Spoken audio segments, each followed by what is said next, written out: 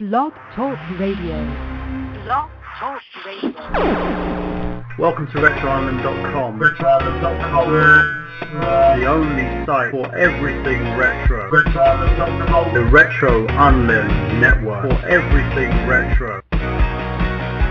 RetroUnlim.com.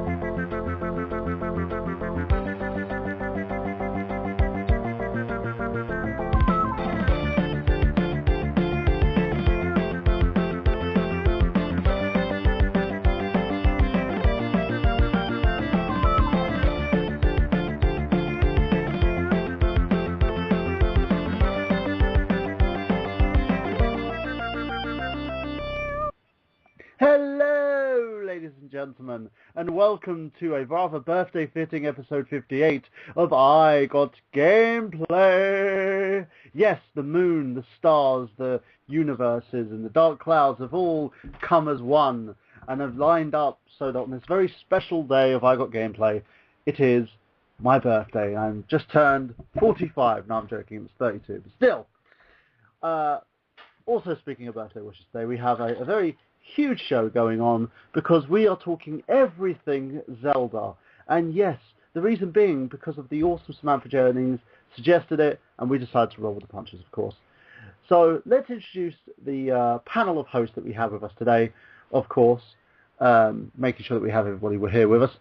We have first Mr. Untitled Movie Reviews himself, a gentleman who has his own show Thursday nights, live at 8 p.m. here on the Retro Unlim Network. He is the man, the myth, the legend, and also someone you wouldn't want to meet in the back of an alley because he'll cut you. He is Mr. Rose-Colored Reviews. Actually, it's not Rose-Colored Reviews, is it? He's 90s kid. I kind of messed that one up, but still. I think you celebrated your birthday pretty well. You were on such a roll, Burhan. You almost had it, and you just fumbled the ball at the 40-yard line. I did. I was at that point where I could have just dropped the mic and walked away, but it just didn't happen. You got greedy. Hi, everybody. It's Miguel Leon from the Untitled Movie Show, fanboysanonymous.com, and a bunch of other things that I've had my hands in, and not in that kind of way. Speaking of things he had his hands in, let's introduce another member of our panel, a man himself who is Mr. Rose-Colored Reviews. I'm sorry, you do have the right to sue Miguel for stealing that. He's a gentleman who's actually going through a couple of Let's Plays in terms of retro games and is trying his hand at Dragon's Lair. Yes, he is Mr. Travis Goss. So I sound like I was on Tourette's there. Hey Travis, how you doing today? I'm doing all right. You know, for a minute there, I thought when you were fumbling the intros, I thought you probably celebrated your birthday just a little too well. No, I spent my birthday with my children, so if I was drunk, social services would probably be calling me right now. Yeah, that's a good point. Yeah. But hi, everybody. How's it going? Yeah, you kids shut up. You shut up and get out of bed. Daddy... They're going to make Dad some stew. I don't care if you burn the house down. Daddy's busy playing Yoshi's Island on the SNES, which, by the way, you're lucky. Yeah, I may be lucky, but again, I like to thank my fiance for that. The coolest fiance in the world. The only woman I've ever been with who doesn't mind the fact that I play video games and also plays them herself. So yes, I am very lucky. Speaking of someone who doesn't actually mind someone playing video games himself, he is the host of X's Gaming Podcast, the only podcast that's made for gamers by gamers. Hey, 1 second. And he's also the gentleman who managed to destroy me at Sonic Races today against myself and my children. The man who gets everybody excited. He is Mr. Xander Scullion. Oh, hey, guys. What's up, everyone? That was actually a very good Cleveland Brown impression. Hey guys, I'm looking for a new job because Fox canceled me. Oh, no. Oh no. I would like to mention I'm drinking some mudslide coffee out of a nice Castlevania mug given to me by a viewer of my channel. It's pretty awesome. He's been bragging about that mug all day. I just love want to go to his house and just break the mug right in front of him. Fuck you and your subscribers. Why break it? You can just take it. No, I'm break like, it. enough talk. I'll make some brew. It's either like, you guys got to break it or piss in it. It's just one or the other. No, you don't piss in something like that. Just have Zach just go to his house. He's like, what did you do? Nothing. Did you put your balls in my cup? Yeah, No. it's like that Seinfeld where she told Jerry she put something of his in the toilet, and like he was like throwing everything out because he was trying to figure out what it was. Yeah, it's just like, I just put your high roller. What is it? What is throw away? That is actually the best impression of Jerry Seinfeld I've ever heard in my life. Cause I'm on fire tonight. It is like the most retarded Jerry Seinfeld I've ever heard. But still, speaking of retarded, this man himself still hasn't posted any more reviews on Arkham Asylum. And he is a gentleman who loves everything Americana, and apparently that's my fault. He's Mr. Sean. What is it? Just Sean? It's Just Sean. Yeah, Mm-hmm. I'm kind of sloping here. Here's Mr. Just Sean Walker. So Sean, what's going on today with you, mate? I have a tip for Drew Brees. There's 4 quarters, mate. You turn up for all of them, not the last one, you stupid dick. Fuck Drew Brees. Fuck the New Orleans Saints. And fuck America. Okay. God. That escalated quickly. Just in the warm here now. If you're ever Tell us how you really feel. If you ever go to America for a convention, I wouldn't say fuck America much. Just saying that could actually lead to a lot of anal probing. Fuck New Orleans. And also, they tore my heart out, man. They tore it out, fed it to me, and shoved it up my ass. Well, that's where it goes. Yeah, you're gonna have something shoved up your ass. That's all I'm saying. I gotta say, the old tirade of yours, you called him pretty much everything but a cunt. I'm just saying. Well, no, that's for people who can't complete Zelda games. He took at Travis. Listen, that's not funny. Some of us are still trying to struggle with Majora's Mask. All right, you shut up. But it's actually quite funny because Travis and Sean have been at this like since. Since yesterday. He's been sitting there on a post going, I'm out because half of you guys haven't even finished Legend of Zelda yet. And he kind of made Travis cry. I had to. I made him. I was like, right, rose-colored reviews in that corner, Just Sean in that corner. Just shut the fuck up, guys, and sort yourselves out. And, you know, I was so close to calling their mums.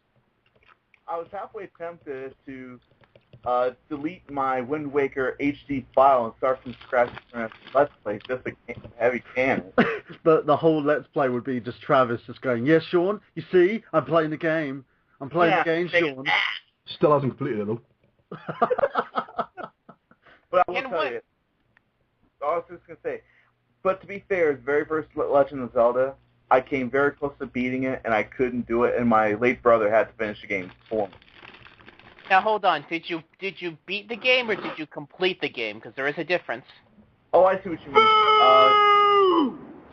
No, there is a difference. There is a difference because anybody can just go through a game and beat it, but it takes a very special kind of gamer to get everything in the game. Step away from the duck. Okay. Burhan, go home. Burhan, go home. You're drunk. No, I'm not. It's hilarious. Anyway, but I do agree with you, Miguel. I think it does take a very special person to do more than just complete a game, and it's a shame that we probably don't have many of those on this podcast. Now, speaking of very special people, we have a man here who's one half of Getting Your Nerd On. Actually, we have both individuals here. We're just wondering if the other person will actually say hey. We have both members of Getting Your Nerd On, of course, which is on YouTube, and they're extremely hilarious.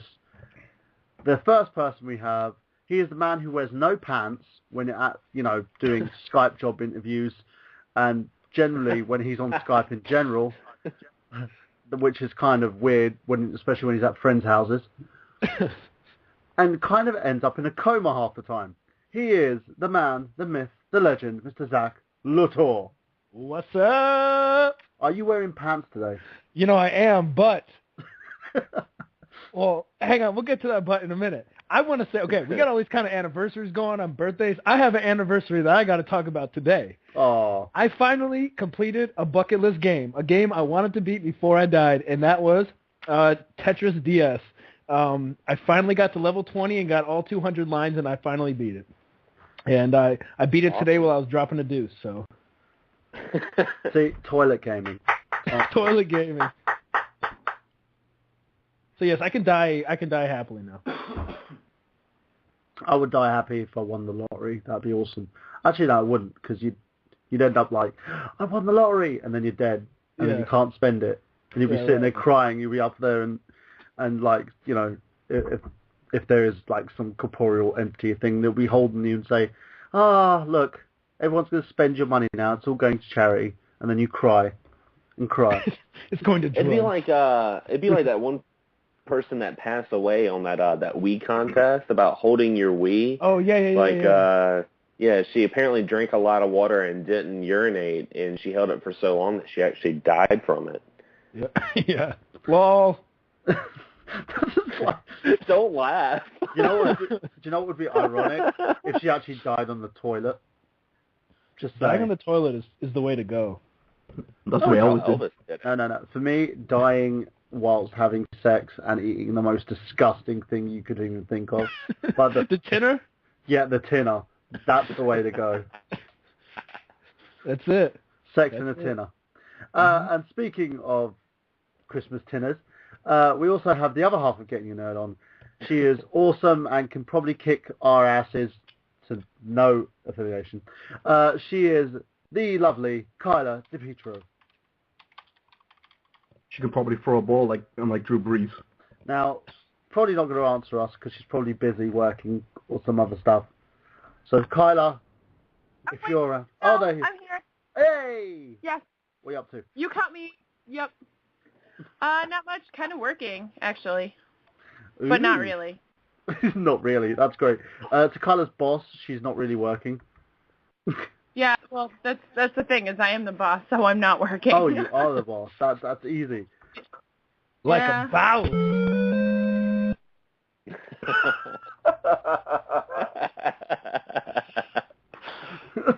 Kyla found laziness. Yeah. Oh, so awesome. Yeah. No, yellow flag. I'll be fine. Okay, what have you been doing this week? Actually, let's see.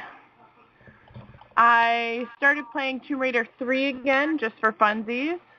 And Just for the lulz. Whoa. No one has fun playing a later era Tomb Raider game. You're lying. I've tried. Those games are not fun to play. You know what I did do? Just because in my past I've actually beat it.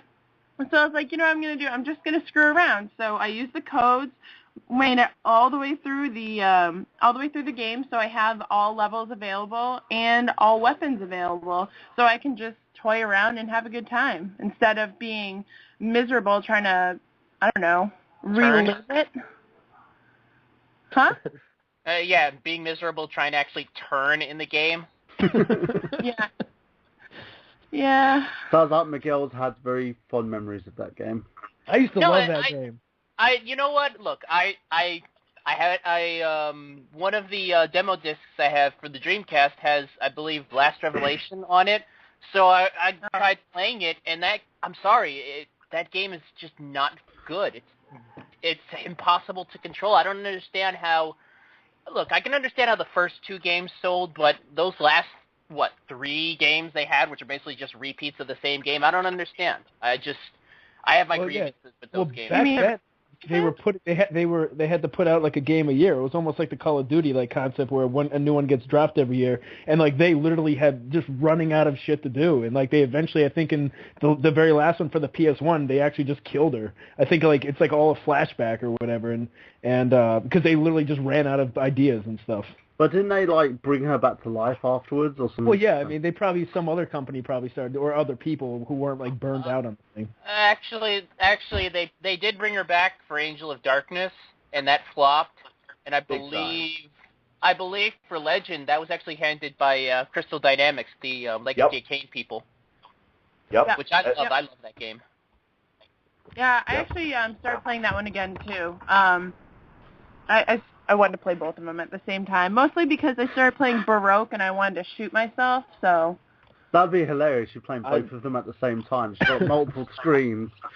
You know my favorite part of Legacy of Kain Soul Reaver is the beginning when Raziel was showing off his wings, and Kain was just kind of like, fuck your wings, and just rips them and throws them and kills them. I was jealous of my wings. That's amazing. That's like a God of War when you rip off Icarus's wings. Yeah. He just like rips them off and flies away, and Icarus just goes flying into down. I don't even know where he goes. Just down. Fuck your wings. Get to a Starbucks. I love those Legacy of Kain games. Those games are fun. They are, but they need to bring those back. Yeah, very much so. But I'm kind of glad that they haven't. It's like, I wouldn't mind a HD collection on those, but at the same level, I wouldn't really want them to reboot the game. Because it would just be a game full of quick time events. Yeah, I wouldn't want them to reboot it ever, but I wouldn't mind seeing a collection of them. Very, very true. Tyler, you're repeating again. Wait a minute. Did we even introduce I know. yet? No, we haven't as of yet. I'm leading up to it. I actually have to go, but I'll catch you guys later. Bye. Oh. Bye. Bye. Bye. Bye. Bye. Peace. Bye. Okay, I was actually going to introduce Sam, but she... Bye. Bye. But she's kind of dropped from the call. Hopefully we'll get her back within seconds. Hopefully we can, because she's the one leading the Tonight Show, isn't she? She is, on the Legend of Zelda. And while we're trying to get her back, of course, let's go on to our news segment. So let's see if I can actually find the Ooh, I got some breaking news. What's that? Did you New Orleans Saints suck ass. We're gonna probably get a lot more of this. Fuck you, Breeze. Fuck you, man. How hard is it to fuck? Lol. So yeah, let's go on to the news if I can actually find it, because we've got our soundboards full of shit. Here we go.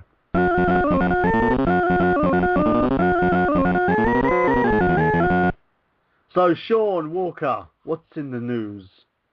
I just told you. New Orleans Saints lost.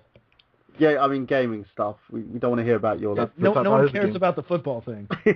And that's kind of weird, because Americans usually like, football! Football! Football! Steam machines. Steam machines. Do you actually mean Steam machines, or do you mean someone's giving you a Steam? I want a Steam, and I want a Steam machine. Because you know what a New York steamer is, don't you? No, it's a Cleveland steamer. A Cleveland steamer, there you go. I was corrected. I do not. Okay, we'll talk about it later. No. Yeah, let's not... We'll have that Birds and the Bees chat later, Sean. Yeah, let's not alienate half our audience. Is it like Two Girls and One Cup, is it? Kind of. Close. I was turned on when I first watched that. Anyway, let's go on to Steam machines. Let's talk about Steam machines. There's too many of them. There's a lot of them. Yeah, there is. I want a £6,000 one. Okay, do you want to tell people what these machines were and how they got debuted? At some point? Pass it to someone else. I'm passing the ball like Drew Brees should have done to someone. Okay, ladies and gentlemen, Steam machines, basically what's been happening at the moment, at the, is it the CES event, I believe? Consumer Electronics Show, yeah. Yeah, Consumer Electronics Show. They've introduced a huge load of prices in terms of Steam machines. And they've started with the highest, which was an Alienware box and then went down to, I think the cheapest is a $500 system. Now, I want to throw it out there to the panel here, because I've talked about this a fair deal on the Excess Gaming podcast, which you can also catch here on the Retro Unlim Network. Cheap plug. And I want to throw it out there to the panel and ask you guys, what do you think of these? Do you think these Steam machines are really that necessary? Because, truthfully, you could actually purchase the parts yourself and put together a nice little working machine that plays Steam.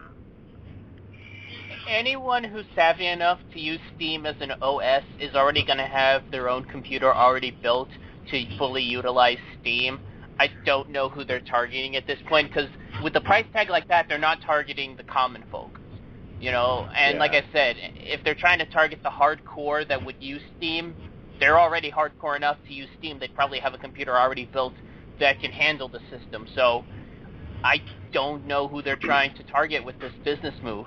I mean, it just seems like, I don't know, you know, if it was the case where they're testing out SteamOS to maybe as a cheaper alternative to Windows, because I know that's what a lot of the OEMs want. They want a cheaper alternative so they don't have to pay Microsoft for licensing for shipping computers with Windows 8. Fine, but you do that on a cheaper model first. You test it out on much more accessible waters and then move up to your more high concept stuff. You don't just throw it out there on the $1,000 systems and expect people to pick it up. But saying that, thinking of hardcore, I just want to bring her in at the moment. We have, returning on the show, one of the hardest working members of iCore Gameplay, and also one of the most awesome females on the planet, apart from Kyla, because Kyla would kill me if I said that she wasn't awesome. She is the host among hostesses, Miss Samantha Jennings. He's so sweet. He's so sweet. Oh, I am. I know. I'm awesome. I know how to do it. So, Sam, what do you think about the whole Steam machine thing? Do you think is there a relevant market out there for this kind of thing? Because it just seems like hyped up PCs. I honestly have no opinion on this because I have not been a PC gamer since 5 years ago. So, you know. As a console gamer, though, would it attract you to this sort of thing? Because it's got some weird little beatboxing pad thingy. I'm not 100% because I mean, I'm eventually going to get back into PC gaming, but it's a slow going process because I essentially have to rebuild a laptop to get that again. But I don't know. As of right now, I have no interest in it. But who's to say later? You know, depending on what the reviews and what people have said from actually experiencing it, that may change my mind. But as of right now, I really don't care. I like that. So yeah, Steam, fuck you and your couch. There we go. Straight from Sam Jennings here, people. But I will say this though about the Steam machines. I think I see the reason why they're doing this because they are marketing this to the hardcore Steam users because these games you get from Steam, they do take up a lot of space in your computers. So I can see why they would go ahead and come out with a standalone unit. But do you think they're kind of color code visioning themselves in a sense because they're releasing about 13 different handsets, 13 different sets? 13. Oh yeah, 13. I mean, at that point, it's just like, why would anybody be? I'm sorry, I hate to say this. Who would be stupid enough to plunk down $6,000 when that machine can very well hold the same amount of memory as one of the smaller devices? Well, apparently Sean would because he wants an Alienware one. Well, Sean's in a league of his own. That's beside the point.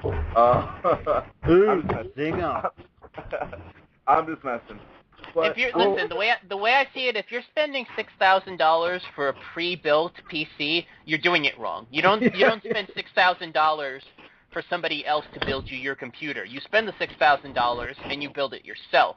It's kind of like, you know, it's basically to nerds what tuner cars are to rap stars. You know, it's that big expensive thing that you can build yourself and make pretty and put spinning rims on, and you know, although in our case spinning rims is what would be the what's all that noise in the background? That's Sam. Sorry, that's me. She's trying to sort out her position. Yeah, but go on, Miguel. Furhan, what would be the PC equivalent to spinning rims? What would that be like in sort of like, you know, like a PC accoutrement, you know? I think it would be like You're looking at one A with cooling like liquid. fan? Yeah, you got like liquid cooling and you'd literally have it so like souped up with about fucking a dozen different graphics cards, dual layer, Blu-ray, freaking hyped up internet connect. It'd be something that most FPS fans would kind of do. Slurpee machine. Neon paper lights roll make the holder thing on it. glow. It's one of those that'll probably end up like dying within a freaking year because it's so freaking hot. Fair enough. Well, what I was going to say was,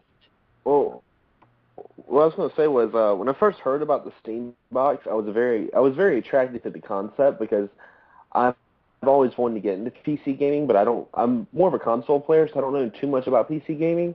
So when I first heard about it, I was like, man, this sounds great. But the more I hear about it, I'm just kind of like I would just rather, find someone to help me build a PC and not spend the money on that. Zach, you know what, Xander? I keep calling you Zach for some reason. That's kind of weird. Maybe I just think... This is, You're like two of the same people. I'm just going to like merge you two together and then replace his Z with an X and then call him Zach, and that's it. That reminds me of the, you remember like the $6 million man on Family Guy, but he doesn't want to spend the money? Yes. And he has like a rake leg, and like a trash can leg, or like a rake arm. That's what I'll do. Well, I was going to say me and Zach could do like the Dragon Ball Z like fusion dance and just become one person. Yeah, you'd be like, fusion! And then you're still standing there while everyone's just staring at you. Yeah.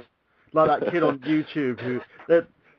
just going off topic for like a couple of seconds. If you guys haven't seen it, I'll post it on the RGG Facebook page. There's this kid on YouTube who thinks he's a Saiyan and would literally stand there and look like he's taking a dump. I thought he was going to pop a blood vessel in his head. Yeah, he was like, aneurysm. Everyone could be a Saiyan, and he just stands there. He takes his top off, and he's like screaming and tensing and clenching and straining right in front of this like television. Now, the thing is, he's not a white kid, so you can't really see the blood get to his face. But he looked really weird. And people started parodying it, including one dude who then ended up getting beaten by his dad afterwards. But still, if you guys are up for that, just take a look at that pointless shit. Speaking of pointless shit, what's your opinion, Zach? What's your opinion on this whole Steam Machine thing? Do you think it's another ColecoVision? They're flooding with the market? That when we first were talking about it, when someone first brought it up, that's exactly what I thought of, flooding the market with so many different things. And when I saw it, I couldn't even really keep track. I saw this about a week ago, and I was just like, I'm not even putting in the time to read all the differences. I personally don't care. I'm just gonna scroll it.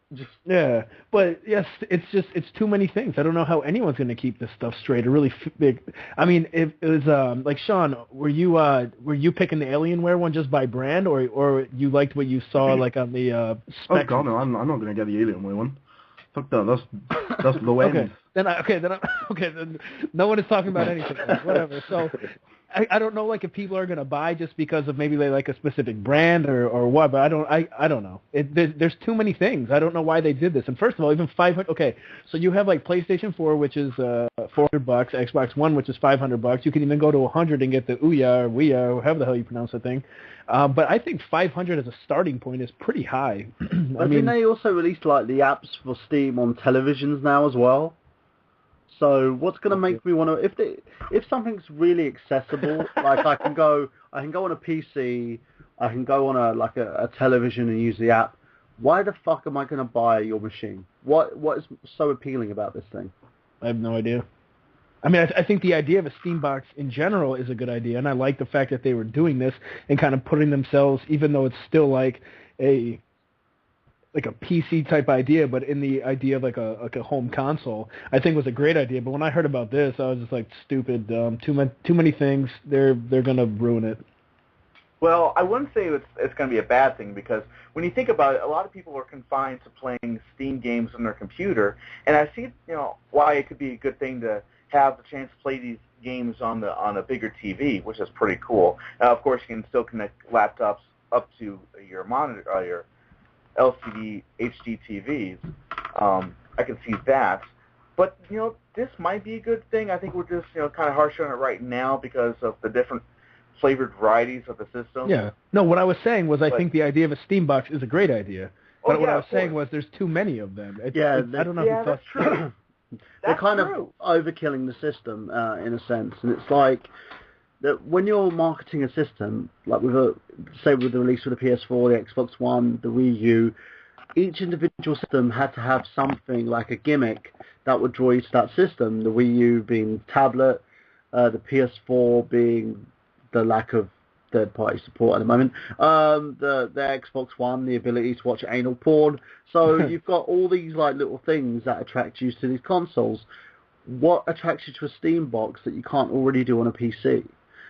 That's where I think they're going to have their biggest issue with this. And I think by getting all these manufacturers to develop their own version for it, for someone who's a collector, they might want to buy these machines, but they're probably going to end up waiting until these things get decommissioned. And the one thing that I look at it as is, if it's a PC gaming system, then I'm just going to build a PC for the price that I could probably get a mid-end machine. That's like a mid-end Steam box. I could probably make a very high-spec PC off the money that I would pay for that. I just want to use to play AVG and Adventures on a bigger TV. See, I like I said, I think the market they need to be targeting isn't the specific computer brands. I think honestly, if Valve really wants to make money off of like the Steam OS, which is what these things are really selling, is they're not so much selling the Steam box, but really the Steam OS with it. I honestly think that Valve should be trying to get themselves to be the de facto OEM manufacturer. Instead of these specific niche computers, try to get themselves into the market of being just the every PC platform. Really take over. What Windows 8 has for the most part flopped on, and be that OS that manufacturers go to for their computers. I think honestly, with their reputation in the PC world, they could pull that off. But they literally should be doing what Sony's now doing with Gaikai. Oh, we're going to talk about that now? Yeah, we can segue onto that. Okay. All right. Let me just pull up the article then. But they should be doing that, because in a sense with Steam as an operating system is a great little idea. As a gaming system, as a method, like for someone like me who hates having downloadable games, I would rather have a physical copy. I wouldn't be purchasing a very high-end spec machine to play it. If I had it on my television, if I had it on my PC, I would use it that way. But there'll be no way in hell that I'll be actually purchasing a Steam machine. All right. Do you want to go on to the new PlayStation news? Yeah, go for it. All right. PlayStation Now, ladies and gentlemen, that's the new service that Sony unveiled at CES. And we've kind of known about this on and off. It's kind of been it's kind of been the non-hidden truth in terms of PlayStation ideas ever since they purchased Gaikai last summer actually, for about $380 million. Basically, it's a streaming service for PlayStation, for the Sony library, on the PS4, and are they bringing it to the PS3 as well? It's basically all your PS1, PS2, PS3 titles, and you can play them anywhere. So it is going to come to the PS3 as well. Well, it won't be coming to the PS3, but I think you can actually play titles from the PS3. And I don't know if it's actually going to be a subscription-based service, or if you're going to have to pay for each additional game on this. From what I've read, they're going to do a mixture of both. It's going to be a la carte, and it's going to be subscription based. They're going to try to toy around with the idea of using both. Because I don't mind playing PlayStation games on the John. I'm fine with that. Playing like say for instance The Last of Us while I'm shitting myself at the same time. Perfect place for it. Well, one of the things that I'm actually surprised about is the whole news about being able to play it on any platform whatsoever, not just the PS4. It's going to be available on tablets as an app. It's going to be available on smart TVs as an app. It's going to be, I believe they said it's going to be browser-based as well, so you'll be able to play it on laptops. I mean, that actually is what confuses me the most, because to me it feels like they're opening up their market too much. Of course they are. They're not bottlenecking it to where if you want to play these games, to play them on the PS4, which I don't know what that's going to do to PS4 sales in terms of the future, because honestly, nothing against the new modern day consoles, but if I could just play 3 generations worth of a back catalog on my TV, I'm not going to bother picking up a next generation console. I'm fine playing PS3, PS2, and PS1 games but that's on what my I think smart they're TV. trying to do, though. They're trying to make the console irrelevant. They're trying to make the titles, the offering for the games from the system, the big thing. I've got a funny feeling that once this is in full force, we're going to see the end of Sony as a console manufacturer. That's unfortunate. I mean, if they can get out of the, like I said, it'd be rough considering it'd be about as on par as it was when Sega got out of the market, which was heartbreaking. It was like the same thing. As I was like talking to Robman about this yesterday on Desert Island Games. It was a good thing because it needed to happen to save the company. If Sega didn't make that move, they probably would have been bankrupt by now. And a lot of it was because of loss of consumer interest and the fact that the US part of Sega were actually fighting with the Japanese part because they were doing everything they can to release newer little kits that weren't being supported. Like everything, I think the majority of Sega stuff had a lifespan of probably like 6 months. Wasn't it also management over on Sega of America? Because I believe once the main manager of SOA left, they brought in Peter Moore, and he pretty much sunk the company. At least that's what I've heard on and off. Yeah, I believe he had kind of the last decision when they were saying to him, should we go for another console? He made the decision of saying no. I believe, wasn't he also responsible for working a deal with Microsoft to work with them on the Xbox? Yeah, it was a huge conflict of interest. Yeah, that's unfortunate, man, because I've always thought the Xbox was kind of the unofficial sequel to the Sega Dreamcast. I would have loved to have seen that console under the Sega banner, I think in terms of the way that Sega did things, as I said, I think it was the right move. Now, in terms of the way that they have their like manufacturing company going on, their properties are spread out to loads of different consoles. They're making the right moves, they're making the right decisions, and the fact that they've been able to put themselves in a position that they could buy out companies like Atlas, it's all good. It's all troops from there, and I think Sony are going to go the same way with this whole Gaikai service. To me, it screams like they're eliminating hardware. So let's throw it over to the panel here. What's your thoughts, guys? Let's start with you, Sam. What do you think? Gaikai. She's not listening, not answering. That's fine. Let's go over to you, Zach. What do you think? All right, so I think I was reading about this the other day. So this is just like a system that you can buy and download old games, or you can put them up if you already own them. You have to buy and download them. I believe even if you own them, you can't really do much with them. Yeah. Well, I mean, I think the system's nice. I think I was hoping that PS4 would play everything. I was hoping also even PS3. I was hoping, there was a picture of PS3 that says it only does everything with, a slim PS3, and I made another picture on it, and I put, an asterisk, and it said, except play PS2 games, and I posted that somewhere on the web a long time ago. But I don't know, I don't want all this digital shit, and I think it's cool that it's more accessible to other people, because I know a lot of people who, for example, want to play Final Fantasy VII but don't have it, and they don't know where to get it, and they don't. But if they can download it, like my buddy Dana, he has it, and he plays his Final Fantasy games, not necessarily using that system, but using a system that they offered where you can download it and buy it from. And I mean, I think it's good for that kind of stuff, but it really has no aim to me. I mean, I don't buy anything digital, and but it's a good idea, and I think they'll make a lot of money with it. Okay, what about you, Xander? What do you think? When I heard about it, it kind of reminded me of what I was thinking when the PlayStation 4 was first announced, when it said it wasn't going to be backwards compatible with PS3. I was like, they're totally going to make a stream service or you're going to have to just rebuy it all. 'Cause, I mean, like, the way I look at it is, like, think about the PS3 when it first came out.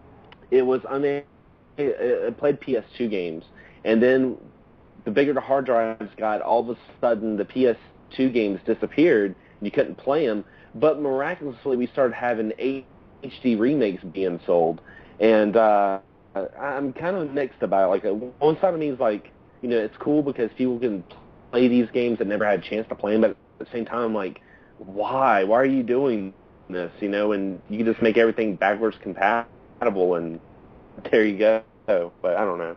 I think the number one answer to that one, Xander, that $1 million question is money. Oh, yeah. Oh, yeah, definitely. Sam, what do you think about this? From, like, someone who's dealt with most of these hardware platforms, do you think Sony's trying to eliminate the use of hardware now? Yeah, I do think that in some form or fashion, just because, like, and I haven't really looked much into the PlayStation Now thing, because it's really just of no interest to me personally. But I think in the long run, you know, hardware, it's just going to become a void. Like, it's not even going to exist. Like, CDs will just be another, you know, floppy disk. They're just going to be eliminated completely. Because, I mean, you know, games are going to Blu-ray discs now, but even Blu-rays, you know, they're only going to last so long now that everything's going digital. You can just download the game for the same price instead of running to a store, and which is going to kill me in the future. But I don't know. Like, I can't have a definite say on it, but I do feel that hardware is it's just going to vanish. You know, it may not be immediate, but it's going to happen. Well, I was going to say, too, is you brought up, when you said that, Sam, it just made me think of, I was listening to Pat NES Punk. I was listening to his podcast this morning, actually, and they were talking about the lifespan of optical discs, because they're not going to last forever. Like, I believe optical discs have a lifespan of around, like, 30 to 40 years. So, you know, later on down the line, a lot of these disc-based games that we have anyway are no longer going to work. And even, you know, solid-state carts, you know, through the test of time, start to have, like, bit rot, the soldering starts going out. I mean, some people have already, you know, you have to repair your batteries to save your games. So, I as much as I... No, I was listening. I gripe on digital as much as I'm like, I really digital. It's kind of a way for us to keep playing these games, you know, because they're not going to, you know, when we're in our 50s or 60s, our Nintendo games might not work anymore, you know, so it's nice that we might have this alternative to still play these games, but I still don't like digital, but I can understand it to a little bit, other than just the money. I know a lot of it's money, too. Let's throw it over to now, last but least, Travis. What about you? What's your opinion on this? Last but not least, you're not going to ask Zach or Sean? I already talked about it. Yeah. What about Sean? Let Sean go first. All right, go on, Sean. Fuck Drew Brees. Next. That's the reason why I didn't ask him.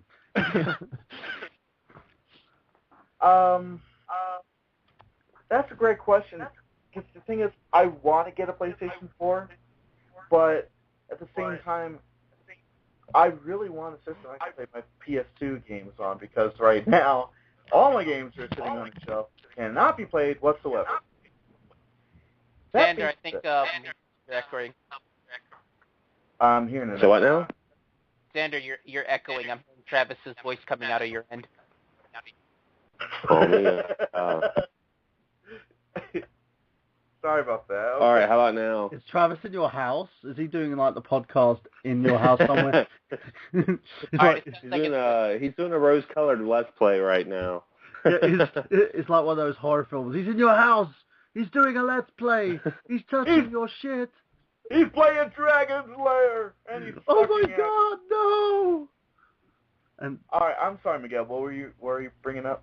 No, I said you're good to go. I wasn't hearing an echo. But okay. I do agree on the whole concept. It's a good idea. it's one of those things that Valve should have been considering, I think, instead of actually like producing a physical machine, especially because of the platform that they're using in terms to actually bring out Steam as an OS.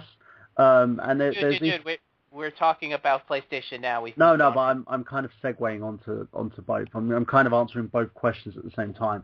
But in terms of Sony, it looks like they're going away from hardware and moving over into sort of more of a software interface, which is smart on their part because they were making, like the PS3, they were making a huge loss on till, I don't know if they're still making a loss on that console.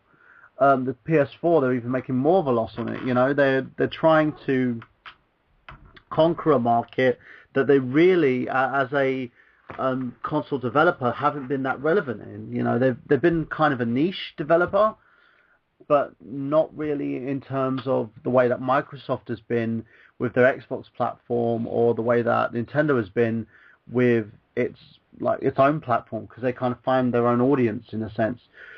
So in order for Sony to kind of cut down their costs and bring out more of an alternative, this is probably the direction that they might be going in, to make themselves more of a digital platform. But in terms of what this means for other gamers, and as Sam has so rightly put it, and places like GameStop, they are going to end up alienating everybody, which is going to cause a huge rift in terms of like the gaming community in general. So let's move on from that and go on to our next news story. So Zach, you got anything for us? Yeah, I actually have something pertaining to the topic of the night. I'm going to send you guys the link on the thing down here.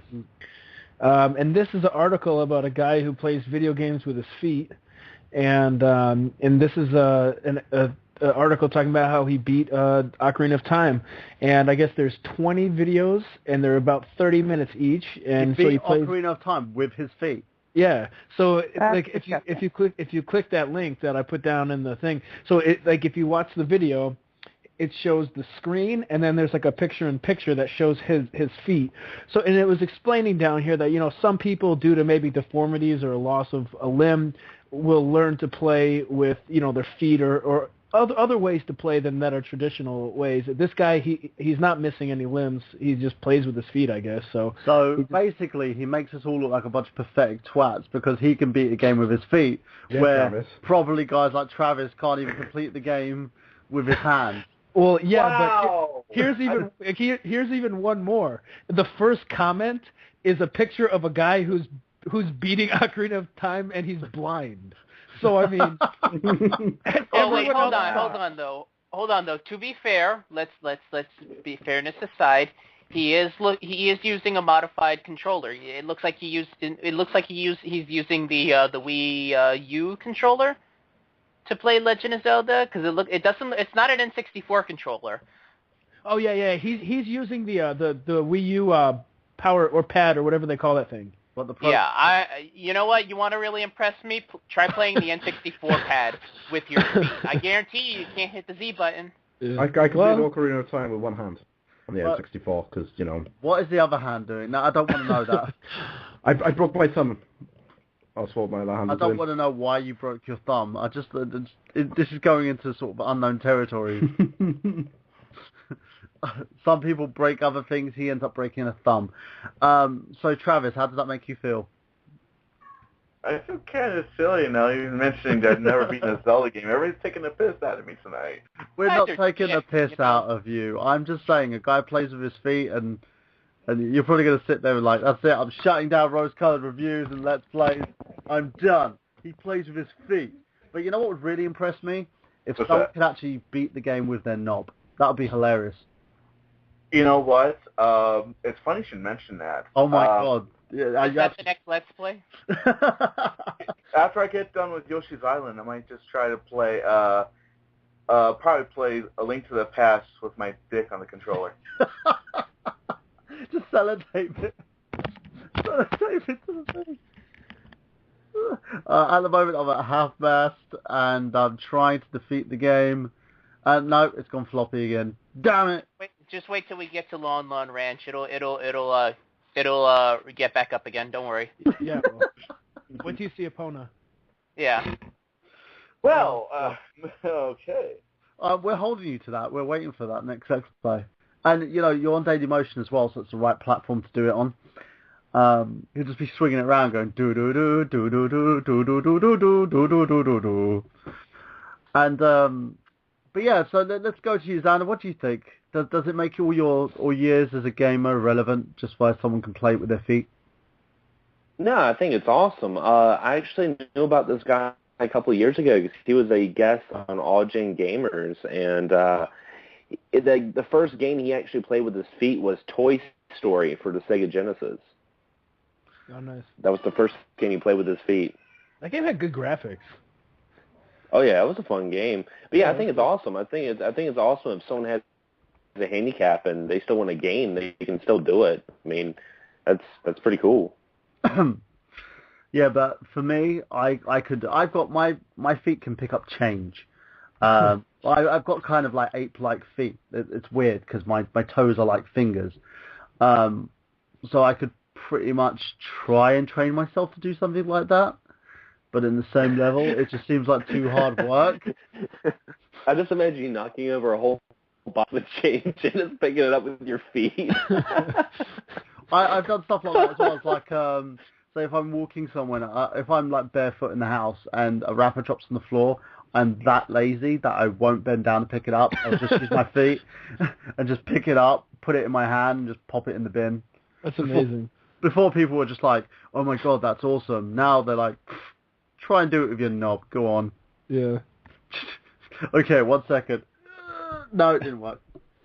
But yeah, no, it's an awesome sort of trait that someone could do. To me, it just seems like a lot of hard work. Sam, what do you think? Do you think a guy that can play games with his feet is awesome? I find it very unnerving and weird, and I'm oddly jealous of these situations. Are you a foot person? Do you like feet? I actually hate feet. That's why it's very weird and unnerving for me. But at the same time, I'm very jealous because all I can pick up with my feet are my pants and like clothes off the floor if I really feel like it. But that's about it. Picking up your pants like I'm really that lazy. I'm just gonna sit there, try Pretty and stress much. myself. Or like if my covers fall off on the floor, I'll try to like grab it really quick. With your feet. So yeah. Do you try and like grab it from your feet using your hands, or do you just sit there and go, right, and then you fall off the bed? Well, I don't want to give all my flexibility away to the world, but you know. Ooh, she's flexible. And she's single, guys. Go out there and get it. And there are no words. Miguel, what about you? I know you're saying that he should play with an N64 controller, but do you think this is awesome? Would you try and do something like that to impress the ladies? No, I'd use my feet for other means to impress women, actually. If we're going to talk... Hate me! I'm impressed. Date me! I'm kind of impressed in a way, but I know there are people out there that can play video games with their feet. You know, statistically, given how many people in the world live without functioning hands or arms, it would make sense that there are some people who have learned to play video games using their feet and toes. I mean, it makes sense. I mean, it's impressive that he can do it, but the whole idea of being able to play a game with your feet, it's not that impressive because I'm sure there are people out there who can do that. They just don't go out online and post videos of it. So I don't mean to burst the guy's bubble. It's impressive, but not amazing. So there you go. Miguel thinks you're shit. You need to play an N64 pack. Yeah. If you're going to play Ocarina of Time, you do it right, okay? You're nothing. You should get him to speed run it. Oh god, that'd be hilarious. God. The guy's trying to speed run it, and then he just rages, so he ends up throwing the pad somewhere with his feet. Yeah, he's break a toe in the process. He ends up breaking. I was gonna say he ends up breaking that joystick with his big toe. Joysticks, they're very flimsy. He's using a Wii U Pro controller. Okay. I was thinking the N64 controller. No, because Miguel was saying he'd be impressed if he was using an N64. Yeah. I would be impressed too. So Zach, you got anything else for us? I got one more piece of news. This isn't gaming related, but apparently Todd from Breaking Bad, played by Jesse Plemons, is a very possible candidate for the lead role in Star Wars Episode 7. If you guys watched that show, he was, I really actually liked his character because, like, he was a good guy, but he was just such a dick. But, like, it wasn't because he was, like, an asshole. It was, like, I don't know. It's so hard to explain. I think he did a really good job doing it. I never really I thought he was a dick, but then I was like, he's nice to people, but he always just does like a dick thing every episode. Like he kills that kid on the spoiler alert. Sorry if you haven't watched it all. There's a kid who the episode where they're like robbing the train. There's a kid riding a dirt bike and he just shoots him and kills him. So I don't know, but anyway, I guess J.J. Abrams is in love with the guy or something. So basically, the guy who was a bit of a nut job in Breaking Bad might play a lead role in the new Star Wars movie. Yeah. Force, bitches. No, that's Aaron Paul. Yeah. Okay. The guy in the Pointless Need for Speed movie. Yeah, right, yeah. This guy's name in real life is Jesse Plemons. Jesse Pinkman from the show is a different character. This guy played Todd, the whack job, but with a heart of gold. He doesn't really look like a kind of... It's funny because there's a picture of him holding a lightsaber. Let me see if I can find it. He doesn't really look like a kind of lead character, and he doesn't look like someone that all the ladies would, like, swoon over. Well, it was saying that he's never been a lead character. He's always been a side. There's probably a reason behind that. Not to like burst his bubble or anything like that. There's probably a reason. Yeah. So what does everyone else think? Let's throw out to the panel. Xander, what do you think? Well, I totally thought the guy was another dude. So, I totally thought that was yeah, so my opinion's kind of null about it. So I don't know. I mean, it is what it is. Sam, what do you think? Do you watch Breaking Bad? I do not. So that's her opinion then. Sean, I don't have time to watch TV. Seriously? I swear that nearly every one of your status is something about Netflix. Okay, Netflix and TV are different things. I put on Netflix. Breaking Bad is on Netflix. I know, but I put on Netflix to go to sleep. I don't put it on to watch it.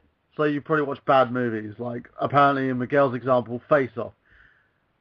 Face Off isn't that bad of a movie, all right? If you count Good Burger as a bad movie, then we can no longer be friends. It's not a bad movie. It's one of those it's so bad it's good movies. Listen, I hate to say it, but your childhood wasn't all it's cracked up to be, all right? You've been lied to. Oh my yeah, God. You've been lied to. Good Burger is not a good movie. Hey, I like it. Yeah, I say it's so bad it's good. It's one of those where you could laugh at this movie and enjoy it. Like The Room? Exactly. It's kind of Room-esque, but on the same level, I would never sit there and say that, they needed an Oscar for doing that movie. Anyway, let's get away from Good Burger before Sam unfriends me. Travis, what do you think of this? I haven't even watched one episode of Breaking Bad, so unfortunately my opinions will be null and void at this point. You're wrong. Sean Walker, go for it. I should have watched Breaking Bad instead of watching the NFL today. I should just stop asking him questions. Fuck Drew Brees. Miguel? Honestly, I have no opinion in terms of episode 7. We have no idea what the final product is going to look like, so who knows? I'm not one of these guys that immediately flips out when they hear about casting decisions. I'm willing to give a person a chance depending on how they look for the role. So let's wait until a trailer comes out before we start judging whether or not this guy would be perfect for the role. But honestly, like you said, when he said who the person was, I honestly thought it was Jesse Pinkman. I thought it was Aaron Paul. I'm like, hey, Aaron Paul, he's not that bad of an actor. I could see him in Star Wars. I could too. I think he would probably be the right person for it. The other dude, it's just like, you kind of look like your face was hit by a car door. I don't understand why they would put you in a lead role. But again, plastic surgery could fix that all up very nicely. CGI is very advanced in this day and age. He could be the next Jar Jar Binks. Who knows? So moving on from that, Xander, do you have any news for us? Actually, I do. And it kind of has to do with Zelda because it's Nintendo. Right now, Nintendo is worth more than Sony. Yes! Did you guys read about that? I did. I've It's heard alleged. about it. It is alleged. But yeah, go on. So how much are they worth in comparison? Well, right now, Sony is worth $17.7 billion, and Nintendo is worth $18.4 billion. Yes! So 700 million more than Sony, and a lot of that's because they're talking about Nintendo doing some more work with China, actually. That's it. That's the reason their stock is up now, because of the announcement of working with China, because that's become the gold mine in terms of companies getting into. Every company nowadays wants to get into China. I mean, that's the whole impetus behind Apple releasing that iPhone 5C, is they want to get their products into the Chinese market, because there's billions of people in that market, and it's such a close-knit business model that to get a product in there is actually really impressive. So keep in mind, in terms of worth, we're talking about stocks, right? We're talking about how much they're worth in the stock market. Yeah, anything could be worth anything in the stock market. Honestly, I could go out there and say that Sony's worth $20 billion, and if enough people believe it, Sony will be worth $20 billion. That's kind of how the stock market works. I will say this. Something was really interesting. It was apparently Nintendo's releasing the 3DS in China and the Wii Mini. They're not releasing the Wii U in China yet, which kind of makes sense because, the Wii U would be a lot cheaper for China, and, China has some poverty issues. So that makes sense. And, of course, the 3DS right now is currently the best-selling gaming platform on the market. And mobile gaming's really big in, a lot of Asian countries like Japan and China. So, I don't know. Seems kind of cool.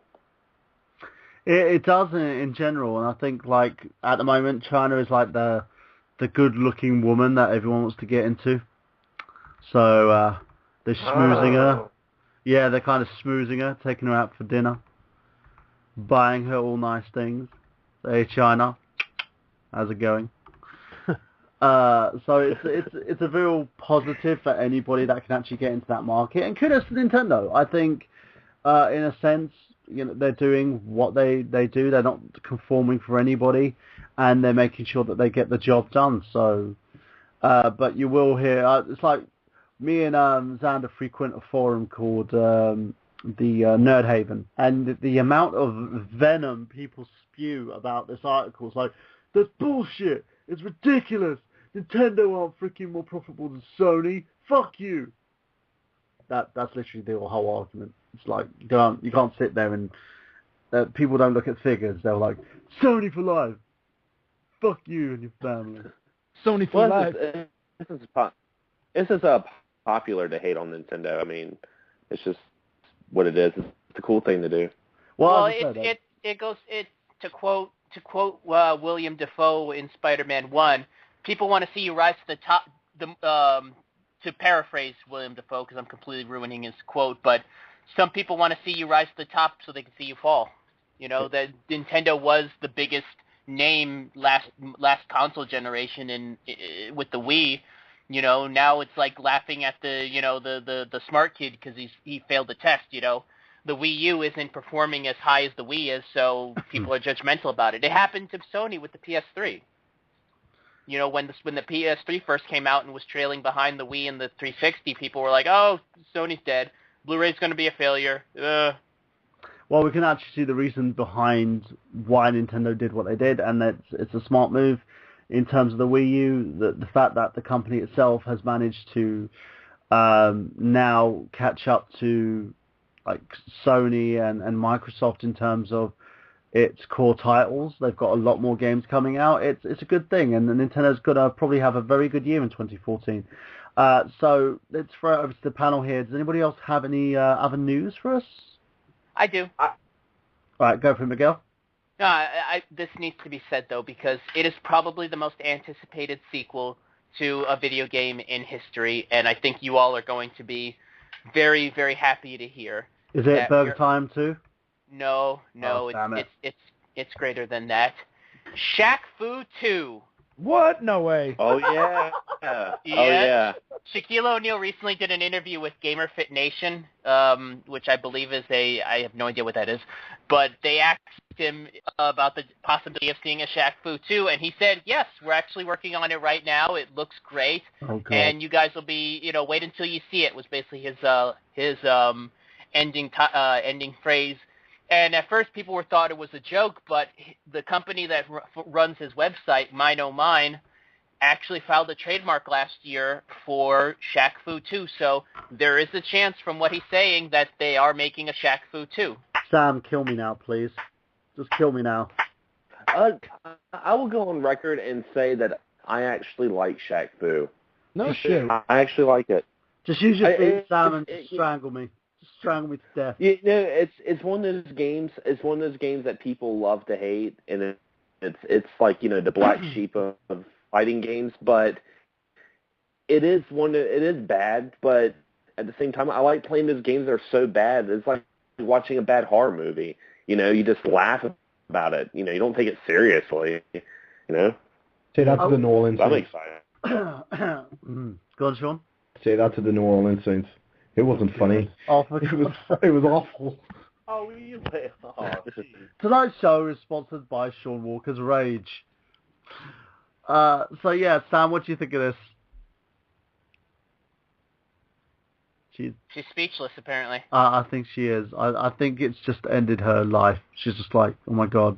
She's gonna lock the shock of hearing that Shaq Fu is getting a sequel. Probably going to go pre-order it. She's probably wondering about pre-orders right now. She's doing it right now. Yeah. She's probably phoning her boss going, yeah, is there any pre-orders happening for Shaq Fu? Travis? Oh, actually, we don't even know anything. I was going to ask what this is coming out on, but no one even knows anything about this game. I bet you 9 times out of 10 it's probably going to be Ouya. Any money. Travis?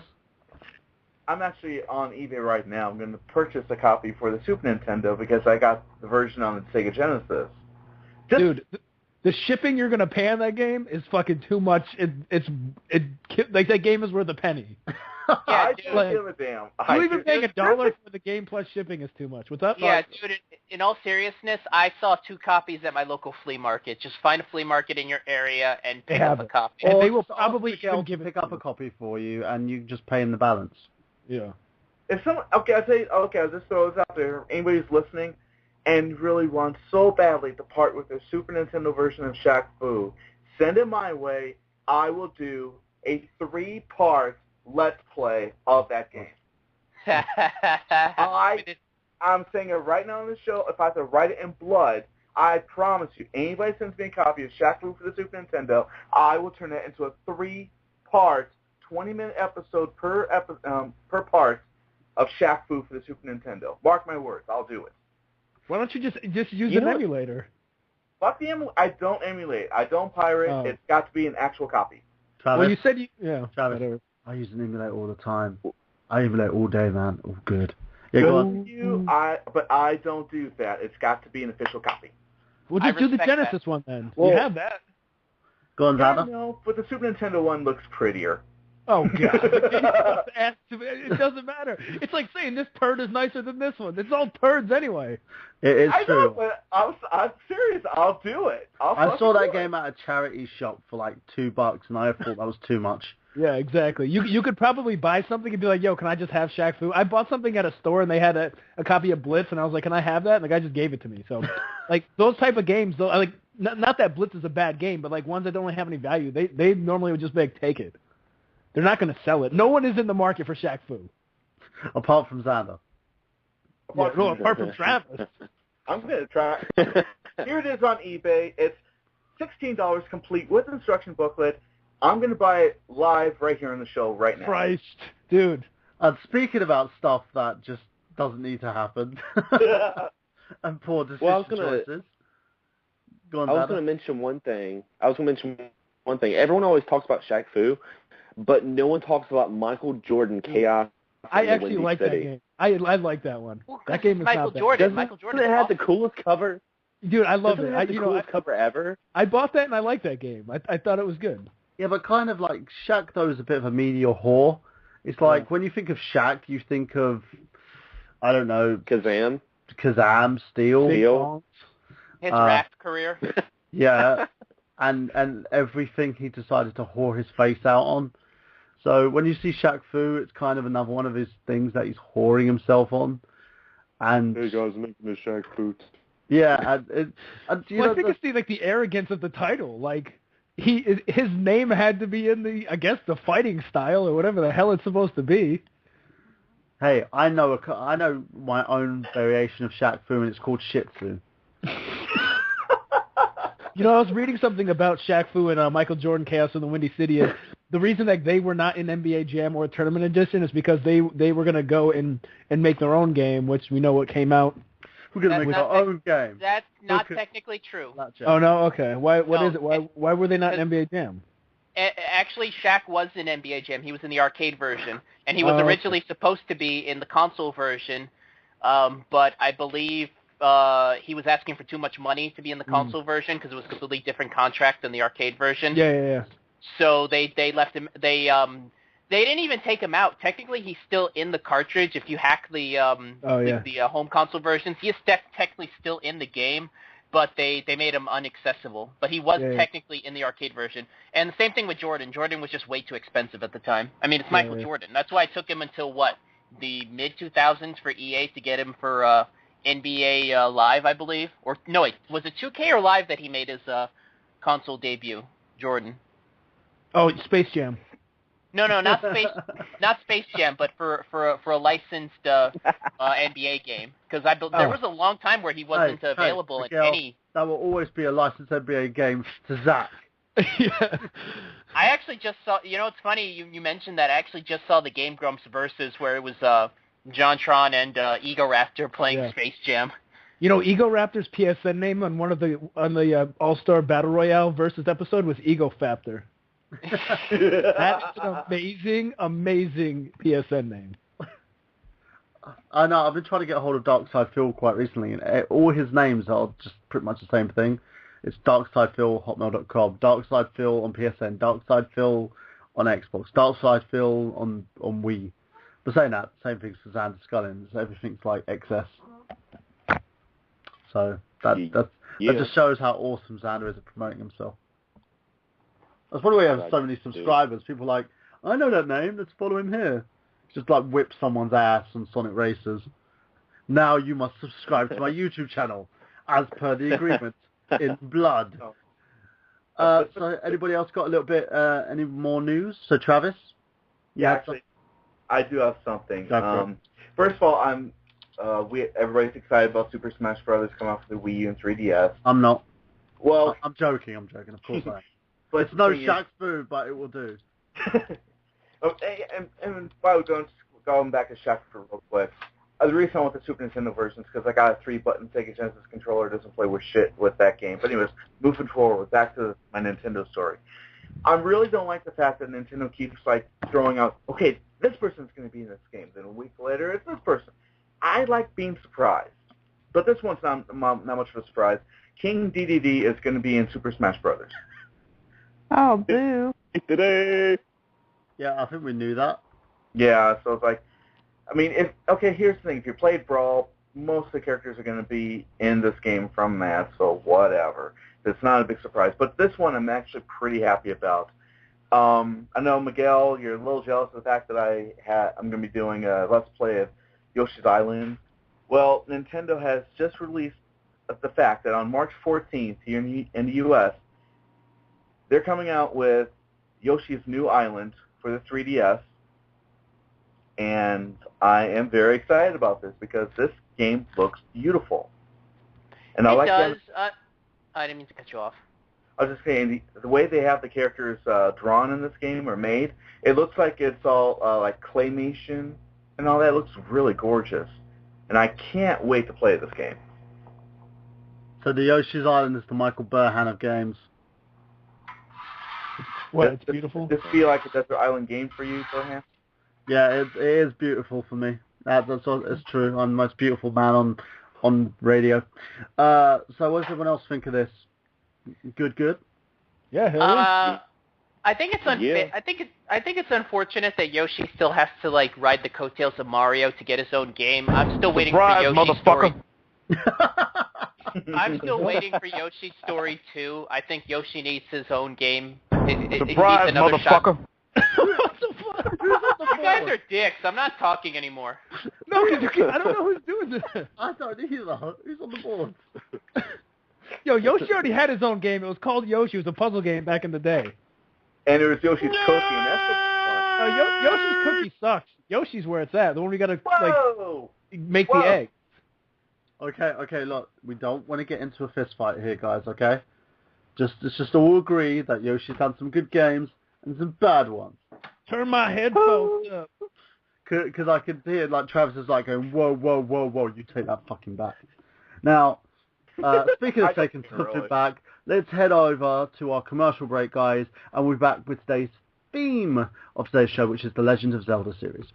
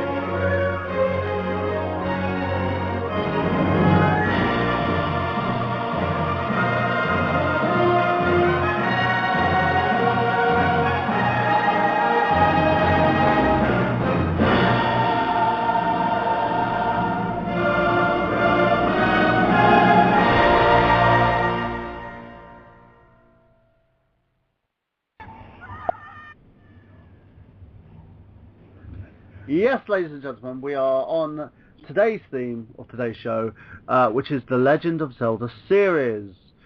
Truthfully, we should be doing this in like tons of parts, but we decided to condense it. And today's show suggestion was actually made by Sam Jennings. So let's go over to Sam and ask her, Sam, what were you thinking? That I'm absolutely crazy, and there's way too much to cover in this short amount of time. Yeah, I've got my Hyrule historian right next to me. So let's actually start from there. Miguel, being our resident nerd and the man who actually goes for all things gaming, let's start with you. What can you tell us about the Legend of Zelda franchise? I could tell you what my first experience with Legend of Zelda was like. Yeah, let's start with that. Go for it. I don't know what year this was, but it was Christmas, and I remember the first game I played in the series was actually the Game Boy Advance remake of Legend of Zelda: A Link to the Past.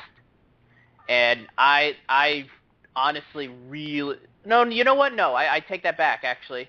My first experience before that, I think it was around the same time, but it was that and Ocarina of Time. I had a friend of mine that let me borrow Legend of Zelda Ocarina of Time, and that was my first time playing a Legend of Zelda game. And like I said, I mean, that game pretty much set the standard for the modern Legend of Zelda series. After that, like I said, Link to the Past was it. And to me, I haven't played much of the new Zelda games since. Those two are really the last ones that I've played. And I beat them, by the way, just to throw that out there. And I love them. I think they're really high watermarks in what is already a high watermark series. So, what do you like most about them, though? What is it that actually like makes the game stand out from all other games in your collection? In terms of A Link to the Past, I'd probably say just the scope of the games. You know, you didn't really see that many games play as big as it did. You know. The level of exploration, all the different types of enemies, and you know the whole light world, dark world scenario, which has kind of become a staple of many Nintendo series games. So explain the whole light world, dark world scenario then, for those who don't know. It's a lot more common nowadays, but in Legend of Zelda: A Link to the Past, you have the main world, which is the light world, and then at halfway through it, you get transported into this dark world using a mirror, I believe, was what it was used, and it was basically a negative universe of the main universe you were playing in. Is that when you turn into a bunny rabbit? Yes. Yeah. Yes, that's what. And that kind of trope is being used a lot nowadays, and it's kind of become a trope in most other Nintendo games. I know that. For instance, Metroid had that with, was it Corruption, where you had the light world and the dark world mechanics that you were playing with, I believe? Or was that Part 2 Echoes? I know that Metroid has played around with that whole idea, and I'm going to say maybe Mario... Fusion. What? Metroid Fusion. Metroid Fusion had two different worlds, I believe. No, but wasn't there one where, like, if you went to, like, a dark world, and if you got out of a certain, like, if you got into the dark world, you lose health or something like that, I believe? They had a mechanic in one of those. I believe that might have been Echoes. I think so, yeah. Yeah, but that's something that you see a lot, not only in just other Nintendo games, but in a lot of the Zelda games. I mean, Twilight Princess had that whole mechanic of you transforming into a Dark Link almost, which was the, what's it called, the Link Wolf, if I'm not mistaken. A lot of people had an issue with that. I don't know why, but a lot of people didn't like the fact that you kept transforming into that wolf thing. A lot, I'd say like Zelda heads, a lot of enthusiasts. And people actually kind of, it's weird, the game was kind of like Marmite, you either loved it or you hated it. I loved it because the Twilight hack actually allowed me to modify my Wii U via a soft mod, so I could play homebrew games. Honestly, I'd say if we're going for controversial Zelda games, I gotta go with Majora's Mask. I am not a big fan of that game. Is it because I love that game. Do you guys know that?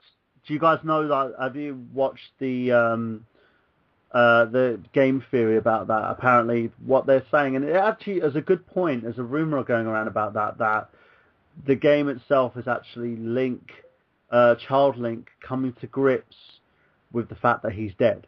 Yeah, it was awesome. That was awesome. And like I started playing Majora's Mask like a couple weeks ago, and as I was like playing it, I was like, wow, like it having watched that first made everything 10 times better. Yeah, and it does actually segue itself onto the Ocarina of Time. Twilight Princess, sorry.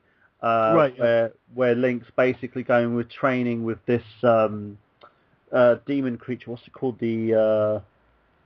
Is it the Orc? I believe. I don't remember the name of it, but yeah. Orc or something like that. But that's supposed to be the Child Link from Majora's Mask.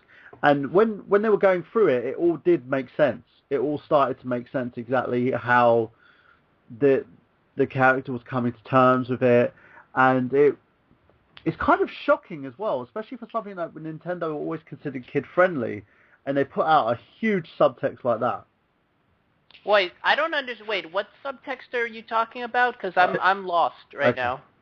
For those of you who don't know, and I'm going to give a big shout-out to Matt Pat and Game Theory and the Game Theorist channel, there is a theory going around that Majora's Masks, the way that the game progresses is Child Link, because where he falls down this at the beginning of the game, he's searching for Navi and he ends up falling down this cliff basically into another version of Hyrule, and he's basically attempting to resolve all these problems. He's dealing with loss. He's dealing with a lot of dead creatures because the majority of the masks that he gets are from creatures that have been deceased.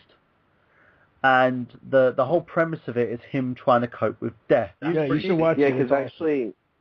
Because they actually touch on the different stages of grief and also the name of the world, the alternate world he's in. I think it's called Termina.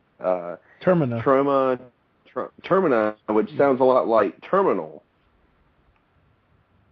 And the forest that he was actually in, if you remember in Ocarina of Time, the forest that he was in towards the beginning of Majora's Mask, that they said that people would get lost in that forest and they would either turn into a Skull Kid or they would turn into that knight. Forget the name of the knight, but that's what the knight is in Twilight Princess. He's death, which basically? Is No, he's not death. He's more of a... he's like this... He's not death. He's this being that wants to pass on its abilities, in a sense, if that makes sense. Huh. That's interesting. I like I said, I've never seen any dead subtext. Honestly, I saw more of a Groundhog Day aspect where Link is basically going through these same 3 days over and over again until he gets it right. Mm-hmm. Which is honestly what annoyed me about Majora's Mask, because I'm the kind of player I like taking my time when it comes to exploring, and the whole 3-day just being strapped for time so strictly in that game, it annoyed me that I had to rush through it to get to certain aspects of the game, and I don't know, I was not a big fan of that. I like to take it easy when it comes to my Zelda games. It's a very, very weird premise, and I think if you look at it, it does make sense. Everything about it actually adds up. But you should take a look at it. Take a look at that theory, and I'll say that out to everybody else out there as well. I've actually got something to add to that. Go for it, Sam.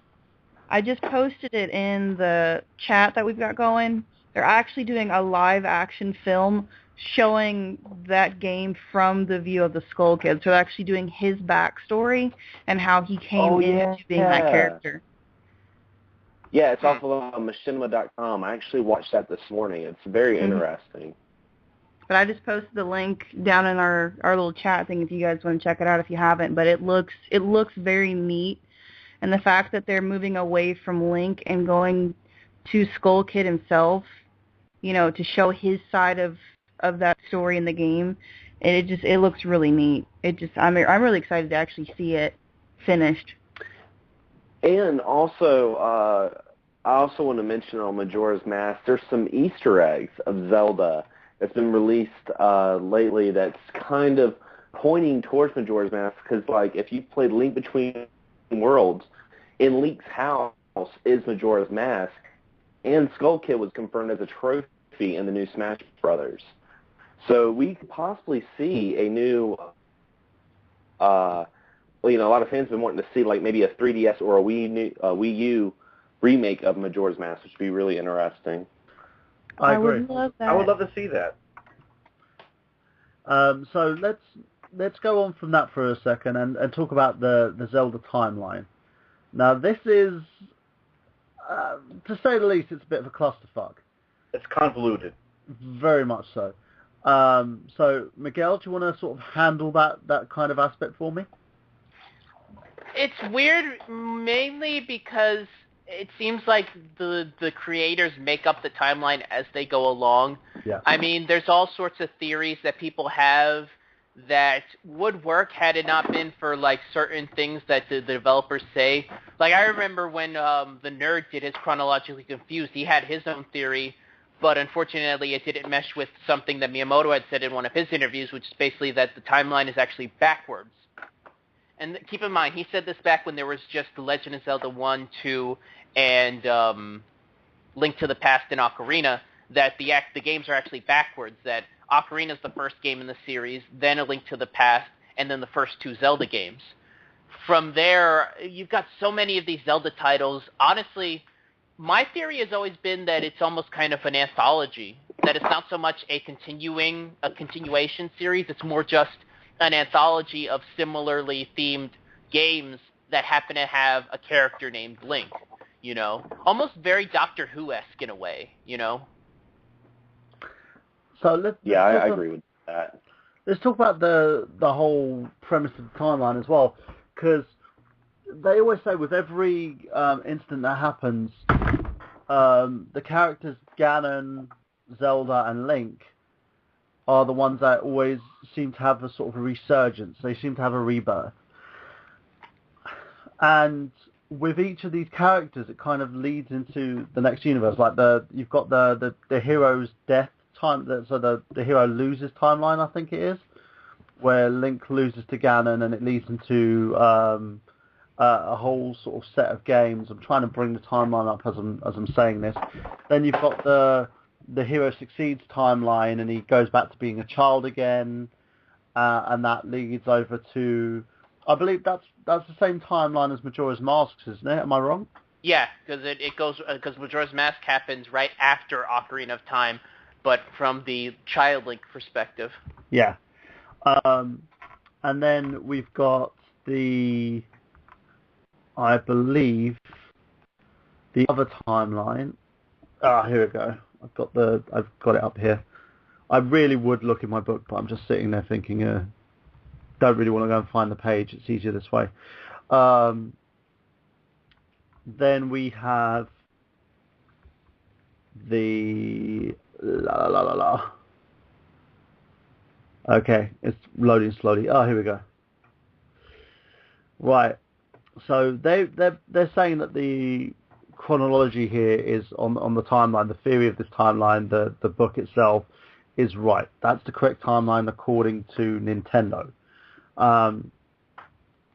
So they go from the creation of the world, the era of the goddess of Hylia, which is basically the Skyward Sword, correct?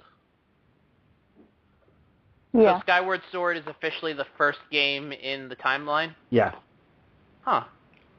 And then you have the era of chaos, the era of prosperity, the Force era, and then you've basically got like the Hero of Men, Four Swords, the resurrection of the Wind Mage, the defeat of the Wind Mage, and then the era of the Hero of Time, which is like the Kingdom in Chaos, the boy followed by a fairy, and the awakening of the hero, which is like Link's awakening. And then we have like the splits of the timeline. So you have the Fallen Hero timeline, the Golden Era timeline, the Era of Decline, the Child Link timeline, and which includes the Era of Shadow, and also the Adult Link timeline. So the Era of Without a Hero, the Era of the Great Sea, the Era of the Great Voyage, and the Era of Hyrule's Rebirth. So as per Nintendo, that's called kind of like the official chronology. Now, did they do this, do you think, to give people a perspective, like the diehard Zelda fans who are like, hey, I want to know if the story that I'm playing leads to anywhere? Because in this day and age, everyone likes a little bit of stories. So let's go over to you, Zach. What do you think of this? Do you think is it chronologically, is it fitting, or do you think it's just a huge, big waste? I actually think it's awesome, and one thing I really respect about this timeline is the fact that they admit that he loses. And I think it's very cool. I think I'm looking at it right now, the one from Hyrule's Story. I got it on the internet, and I think it's awesome. Awesome. Okay, let's go to, while we're doing this, to experiences, and then we can talk about the games individually. So, Travis, what was your first experience with this game? And which one are we talking about? With the Legend of Zelda series. Where did you pick it up? I picked up right from the very beginning, when the game first came out. And I guess you could say this is the very first, and then I could say RPG. I guess you could say that, because in a way it does. I was going to go into a next discussion I was going to talk about, yeah. Yeah, but I'll just say this. It's RPG without it really being an RPG, you know what I mean?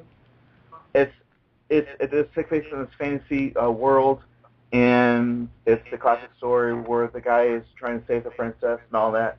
But the experience of this game was just something that, even if I play it today, it still takes me back to the time when I was a little kid, parking in front of my Nintendo and just going through this game like it was just one of the coolest things in the world, and it still is today. But that's the thing too, is a lot of people argue, is this an RPG or is it just a straight up action game? And the way I look at it, it's a bit of both, really. The only one that I actually think is an RPG is Adventure of Link. Yeah, Personally, that's true. IMHO. Yeah, that's true. But overall, the series, it's a bit of both. Both types of game types are represented in this series. Okay. So let's go over to Samantha here. Sam, what was your first Zelda game you picked up? My first one was, oh gosh, I think it was Ocarina of Time was my very first one. I actually finished that one with my dad. God, that was so long ago too. Started with that one. That was one of my absolute favorites, and then picked up Majora's Mask. Never finished that one because I got so frustrated with that game. Drove me crazy. But I did finally finish it a couple months ago, so I'm proud to say that I finished that game. Took me forever. But yeah, my first one was Ocarina of Time, and I remember how frustrated I was with that stupid water temple. God, that thing was awful. Yeah, a lot Water of people... temple is worse than 8 bitches on a bitch boat. Yes. I love but that I have analogy. managed to play all except for the original Link to the Past and Twilight Princess. I haven't played those two. Shock horror, why not? Huh? Why not? Well, Twilight Princess never interested me. I didn't like the whole idea of turning into a wolf because I watched my dad play, and it didn't spark an interest. Like, ooh, I really want to play that one. So I was like, oh, I'm a wolf, and I hated the graphic style of it. Don't know what it was, but the look of the game I didn't want to play it. I didn't want to touch it. And then Link to the Past, I never had the system. And I'm wanting to get it, but I haven't had the chance to. Do you have a Wii? Not anymore. Why? My mom sold it because I didn't use it. Oh. But I did play, I mean, I can get one from work. No problem. Yeah, they're really cheap. Like they're $7. cheap. I Are can get you one from stealing work. that Wii? No, it's fine. It's a Wii. Okay. You can have it. I just like that. I can get one from work. Don't need to know how. I can get it. I can just get one. It's okay. Yeah, it's fine. No, they won't miss it. They've got loads in stock. There's abundance of them. But yeah, no, you should. I think you should give them another try. Who knows? You should give them a try. I'll try. I haven't found anything though that tops Ocarina of Time or Skyward Sword. What drew you to the game though? I don't know. Probably the fact that I was a little green fairy boy running around killing monsters and saving the world. You have to say it in an Arnold Schwarzenegger voice. Ha! You little green fairy boy. 5,000.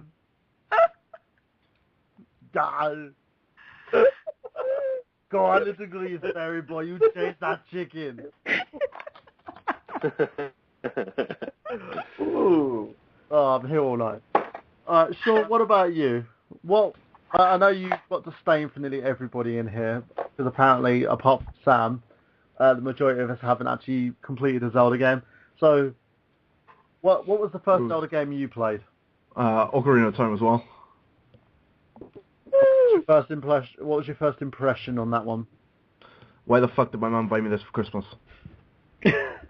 You clearly wanted Superman 64 that year, didn't you? I actually wanted Mario Kart. That's the game I really wanted for Christmas, but, swings and roundabouts. So I gave it a bash, like, as you do. Fell in love with it after I completed the Death Mountain. And continued to play it, and it took me 7 years to complete it. There you go. 7 I shit years? you not. Wow. I shit you not. I used to do one in temple every other year, like, after the water temple. And I'm currently playing it on the 3DS as we speak. Ooh. What, you playing Link Between Worlds? No, Ocarina of Time, the remake. Oh, the 3D remake. Mm-hmm. Awesome. And what's the disdain for people who haven't completed, like, Zelda? Or you're just venting because you haven't either? I completed Zelda. I completed quite a lot of them. Ooh, la-di-da, Mr. Frenchman. Sorry, but sorry. I completed Ocarina of Time, Majora's Mask, Wind Waker, Twilight Princess. I failed to complete Skyward Sword because the graphic style on that, I just can't get my head around it, and it's exactly. I haven't played any of the SNES one, the NES ones though. Sorry. So. Oh. And I have played the first Link, the one on the SNES, Link Between Worlds. Was pretty good.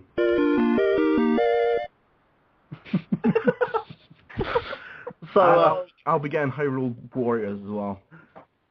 Awesome. See, look at you, man, Mr. Zelda enthusiast. So, Zach, what about yourself? I actually have a funny story because when I was a kid, I was dumb as hell. I was an idiot. And my cousin... As he keeps telling us, he doesn't make himself look good as a kid. Seriously. Yeah. My cousin was like, I think he's like 7 years older than us or 5 years older than us, but we went to his house one time, and he gave us Zelda, the original one, The Legend of Zelda for the NES, and I brought it home, and I didn't have a box or a guide, and I didn't even know there was a game. I just walked around killing things. I didn't even know anything, and I had so much fun doing that, and that went on for a while. I kept playing that. I really liked it. I mean, the cartridge was like gold, and it was just awesome, and I thought it was so cool. I've since gone back and actually beaten that game. But I remember back when I first got it, I don't think I even found one dungeon. I didn't even know I didn't know anything. I just walked around like an idiot. So yeah, that's my first experience. Yay! I had the dumb as a kid. You sit there, Zach. You sit there and play that game. Yay! Zach is not turned off. Yay! Yeah. But I have beaten the first one, and I've also beaten Ocarina of Time. And my favorite one for a long time was The Adventure of Link. I really liked that game a lot. And I never beat that, but I got really, really far in that game. And the new Adventure Time game, Hey Ice King, Why'd You Steal Our Garbage, is kind of an exact copy of that type game, and I've beaten the game multiple times. But and I just started playing Majora's Mask, which I really like. I like it's dark as hell. I mean, everything about it is just twisted, and I think it's awesome. Awesome. Xander, what about yourself? I know you're a huge Zelda enthusiast. He's got like a shrine at home dedicated to Zelda. He showed my kids today. Got like the Wii U tablet. I do. This is my Zelda thing. I actually have for the 3DS, I have the Ocarina of Time box display in my game room. But what I was going to say was, Zach, you shouldn't feel bad because I was the same exact way. I played the first Zelda, and it was the first game I played that wasn't based off of levels. Like, it didn't have levels. It was just this open world, and I didn't understand it.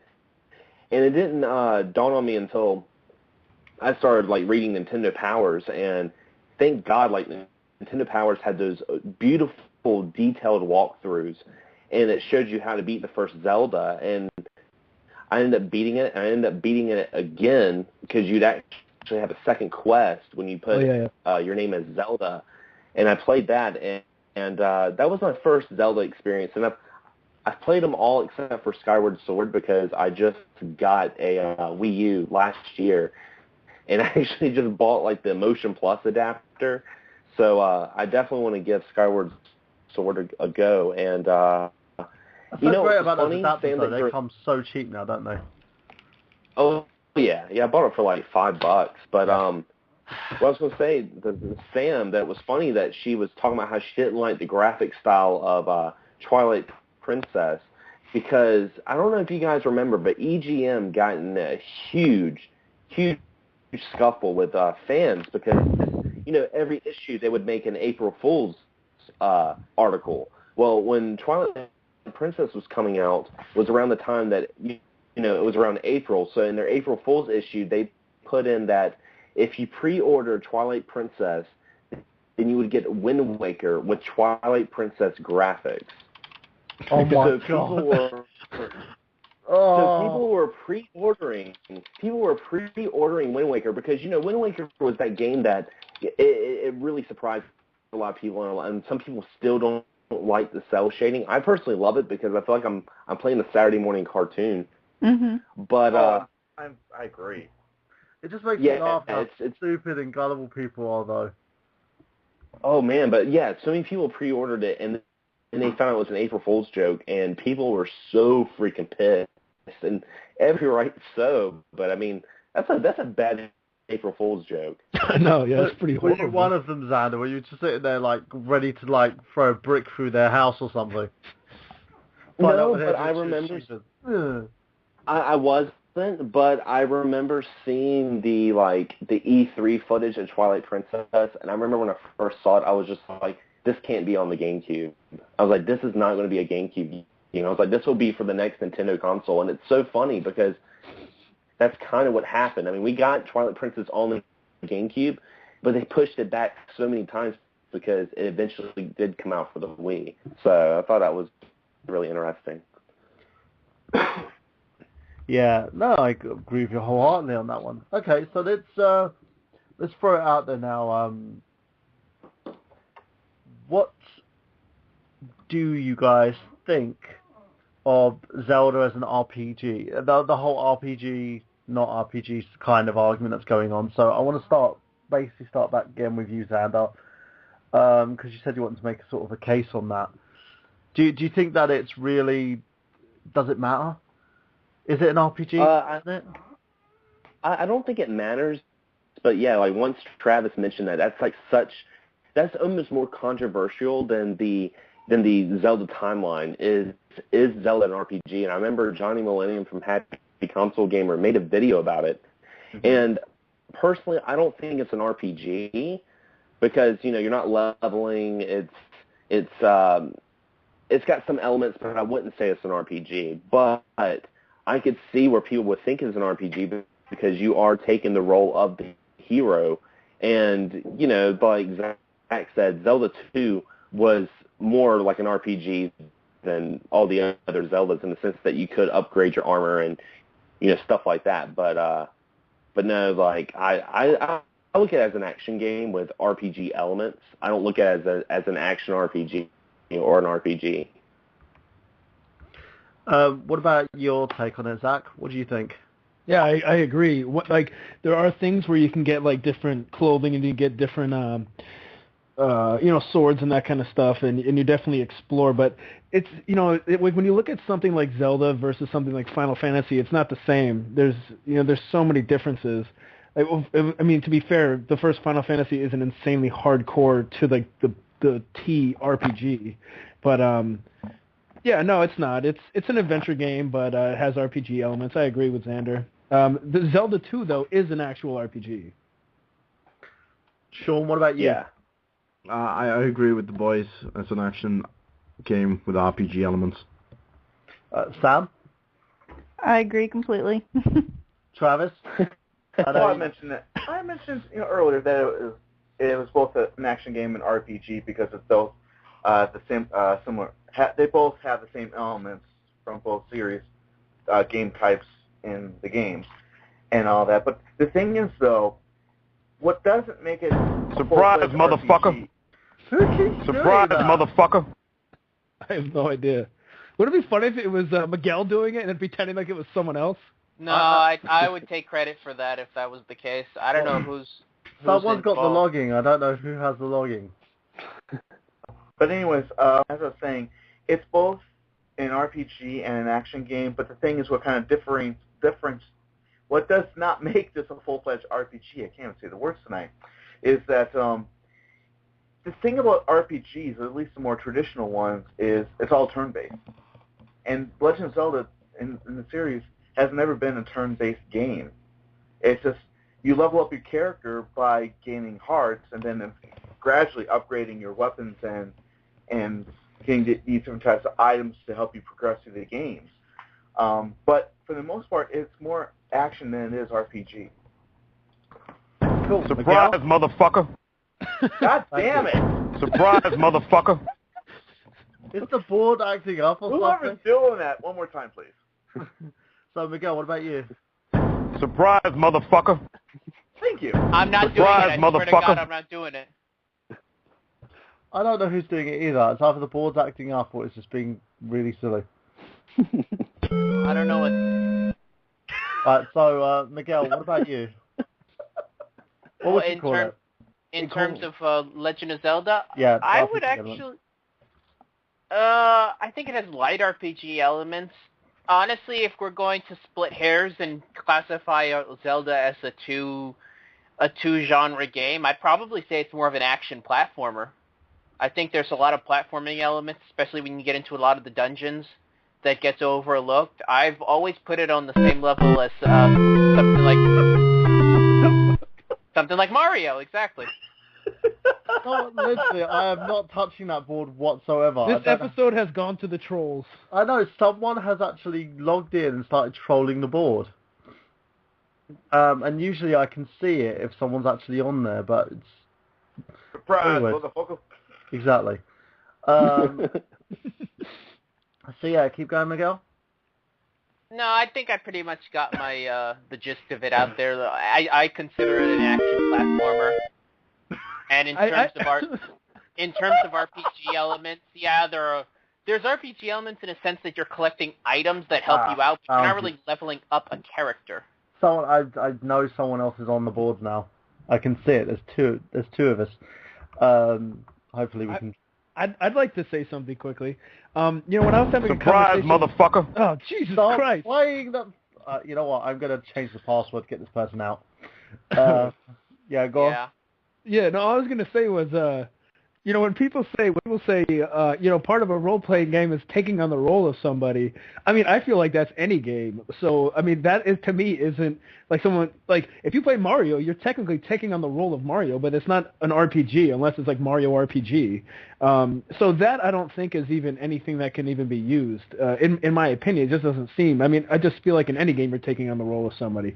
But, that being said, Yeah, Zelda is not an RPG, but it kicks ass either way.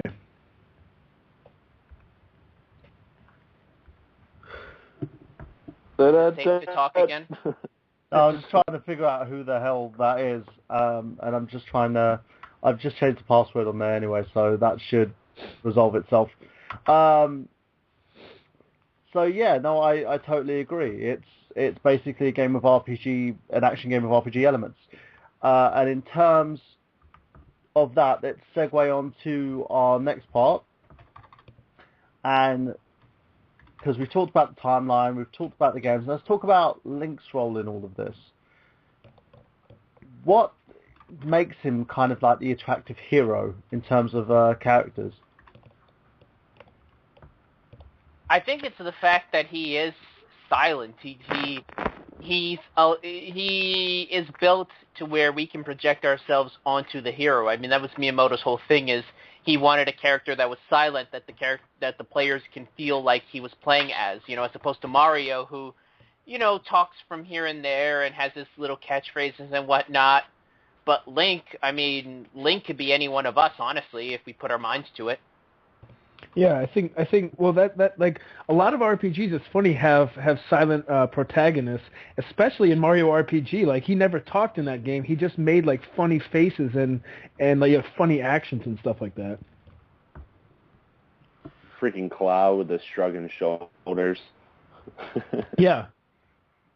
But that's something I've always kind of wondered too, is why they hasn't. It's not just well, I guess I was going to say it's not just Link that was mute, because he didn't hear anybody really talk in the series, but that's something I've always kind of hoped that they would do at some point, is make a Zelda game where people actually spoke, and possibly give Link no, a he voice. won't. Miyamoto said he won't ever talk. Well, excuse me, princess. Oh, God. That's probably why. Wow. That's why right there that Link will never speak in a video game. Yeah, someone wanted to give him a voice in an earlier game, and Miyamoto said no. At least it's not the obnoxious Miyamoto. voice. At least it's not that obnoxious voice in those CDI games. That was worse. Well, Miyamoto originally wanted Ocarina of Time to be first-person view. Like, he didn't want it to be he didn't want to be third person. He wanted to be a first-person Zelda game. That's pretty cool. Imagine that happened. That would have been see crazy. That, honestly. Yeah, I could too. I think that's pretty cool. Oh God, could you imagine if they did that today, though? How many people would get so pissed off about it with the popularity of first-person shooters? It's funny because they talk about how when people look back on like Zelda and Zelda 2 and like how different they are, and how a lot of people like the first one a lot more than the second one and what it's become now. Back in the day, there was only two, so it wasn't like it had to be a staple from the first one on or the second one on. But now, yeah, if they did anything like that, people would get pissed. Ladies and gents, we're going to be going over to the archive show because we're going to be talking a little bit more about Legend of Zelda. So if you want to stay with us, you can check out the archive show on blogtalkradio.com, retrounlim.com, or you can even wait until the show is uploaded on fanboysanonymous.com itself as well. We're also available on iTunes, Stitcher Radio, and loads of other formats. So make sure you check this out as we move on with the conversation. So, yeah, no, I understand with the character itself of Link why they don't ever want him to talk, but where do you think they're going to head with this character? Because he's generally, Link himself is rather, he's always considered the hero of Hyrule. But do you think they're going to be moving on with like more adventures with him, like what they've...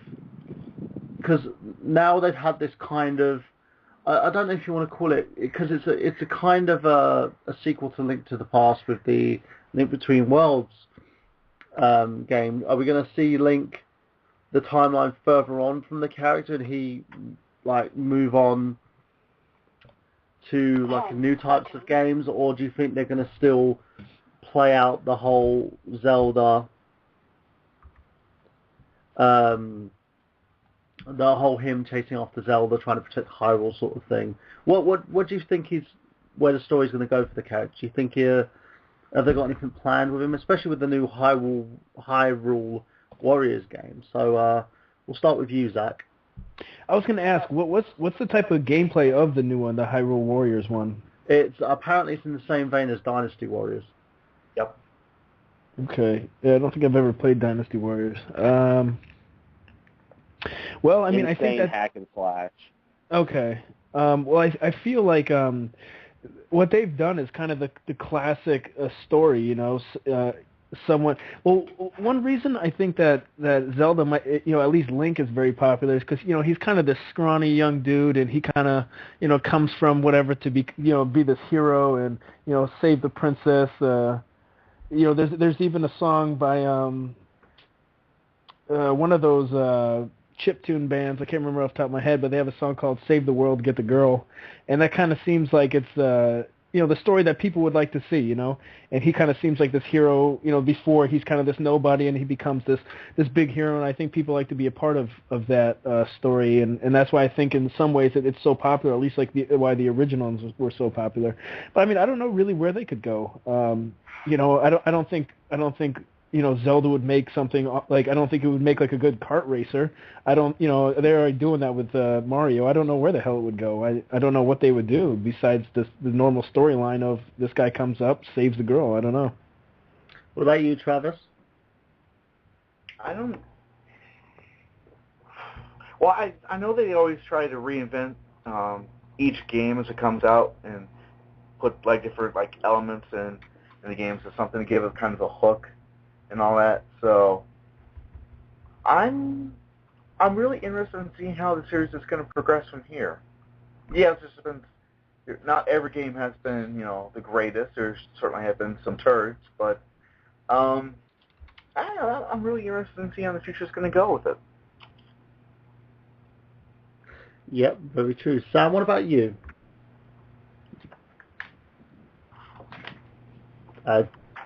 She's been having problems with her phone. Yeah.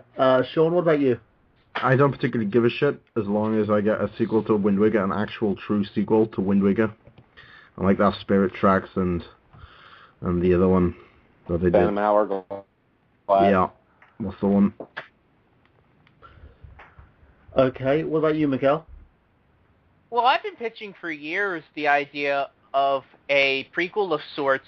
Not really a prequel of sorts to Ocarina of Time, but basically a Zelda/Sheik game that tells of the 7-year period from when young Link falls asleep to when old Link wakes up. Because there's a whole story of you know, stuff that happened between that time period, and I think you can make a Zelda/Sheik game that could capitalize on that, especially if you play it more towards the gameplay style of Sheik in Super Smash Brothers in a way. I mean, you can kind of mix that with the more traditional Ocarina of Time Zelda style of gameplay, but I think there's a story that can be told with that. Who the heck is that? Yeah, that's my son. He's just woken up. Travis, have you actually got that far in the Ocarina of Time, or? Okay, for your information, I got it on the Wii Virtual Console, and I got the 3DS game. So yes, I'm still working on it. But yeah, spoilers and whatnot. Yeah, spoiler alert. Link goes to sleep for 7 years. I've gone past that point, so I'm with you guys so far. Okay, but yeah, I think there's a great story of, you know, showing how Zelda becomes Sheik, and I think I'm surprised that hasn't been you know, capitalized upon. Yep, no, I agree. But the one thing I always wondered about that, Zelda has boobs, right? How the heck do they cover them up to make her look like a man? Magic. You can. Did you ever see the movie $1 Million Baby, or which one was it? You can just. Oh no, Boys Don't Cry. Boys Don't Cry. Yeah. What's her name there? Hilary Swank though doesn't really have any to begin with. Well, yeah, but you can still like wrench them down. But here's the thing: you're asking how Sheik doesn't have boobs. We are talking about a video game character. They can bend the rules a little bit in terms of anatomy. Magic. That'd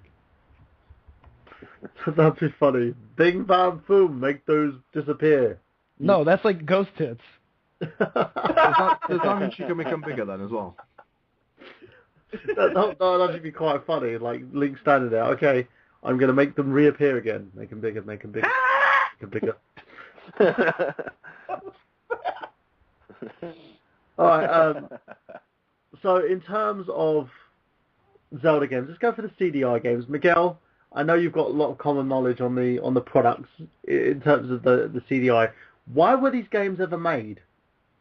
It was a licensing deal between. It was basically a clause in the contract that Philips signed with Nintendo that Philips would make the CDI for them, provided they would get the license to publish and develop games based off of Nintendo franchises on there. It was kind of the provision that actually sold them the rights for the CDI, which is actually interesting because honestly, as bad as those Legend of Zelda games, the developers behind it, InfoLogic, at one time were actually going to make a sequel to Super Mario Worlds for the CDI, and there's actually been ROMs of it released, and it actually doesn't look too bad. From what I've heard is that even Nintendo was actually impressed with how the game was coming along, but due to the failure of the CDI, they decided to cancel it. But yeah, those CDI games, I don't know. I mean, the first two were garbage. The third one, Link Zelda's Adventure, I can at least see some ambition in it. It's mostly all film stock. It's all filmed graphics projected onto a 2D plane, so it has a realistic look to it. I could see where that might be interesting. Keep in mind this was back when full motion video was up and was on the rise, so I could see.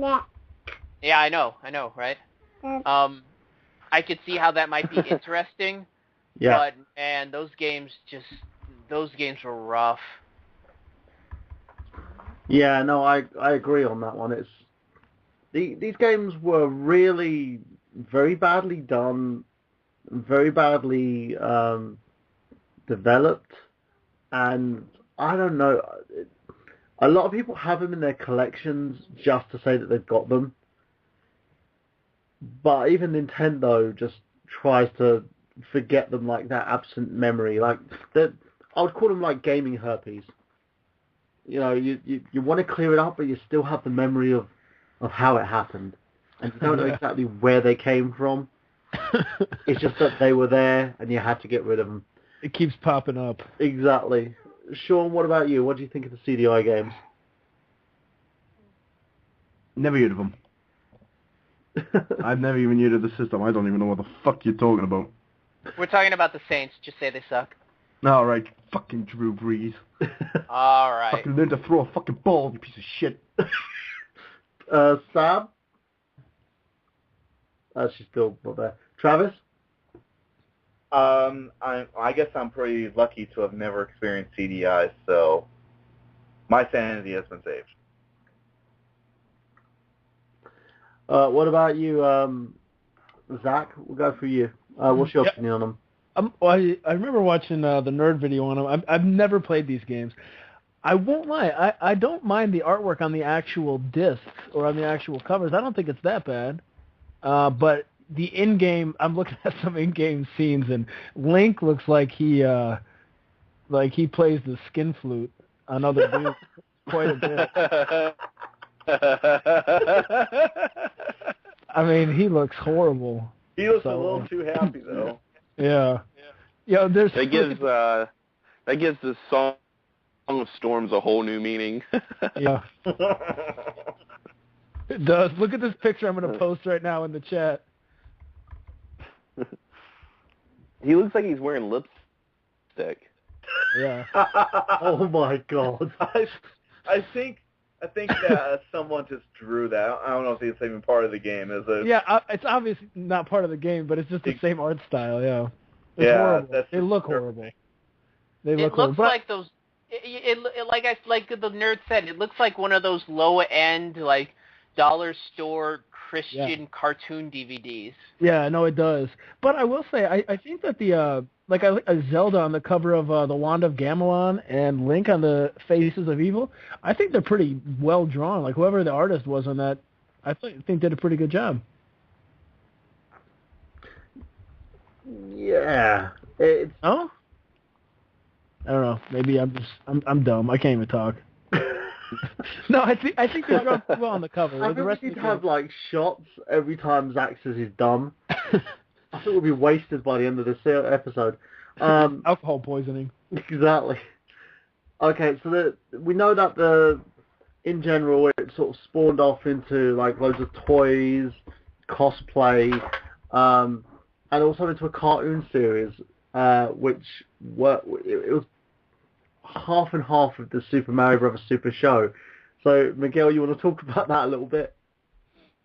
Honestly, I never saw it. I was a big fan of the Super Mario Bros. Super Show, but I started later on in the lifespan of the series when they stopped doing the cross-promotion with the Legend of Zelda TV series. So, surprisingly enough, in all the years that I've seen the Super Mario Bros. Super Show, I never saw the Legend of Zelda, but I've seen the review that Link, that what's his name did. Was it the Critic, I believe? The Critic did a review of it at one point where he talked about when Captain N crossed over with the Legend of Zelda. Yeah, I've seen that episode, and that was good though. Okay. I enjoyed it at least. Well, I was gonna say, it's something that we look back now and we laugh about it.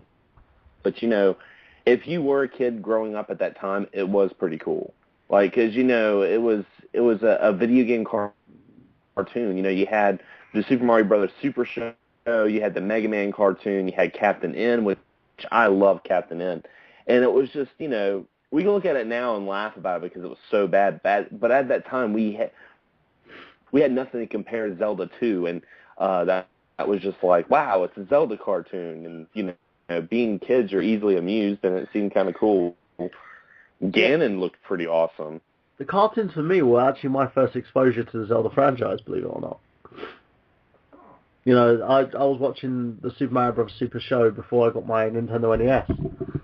But when I got mine, I remember my brother came home with this golden cartridge. And that, they did look rather sleek, the gold cartridges. And I played, I believe, it was The Adventures of Link, which was my first chance at the game. I didn't, Sean, I know you're going to hate me for this, but I didn't complete it. Exactly.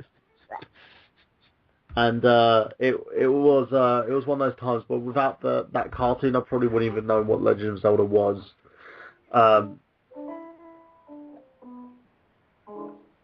Okay, what was that? Listen to them, it's like jazz. Yes, I was listening to some light jazz. Is that...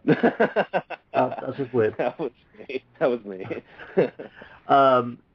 So let's go on about the new game, basically Hyrule Warriors, the whole Dynasty Warriors aspect about it, and if we're actually going to see, opposed to Wind Waker, of course, a new Zelda game on the Wii U. So let's start with you, Miguel.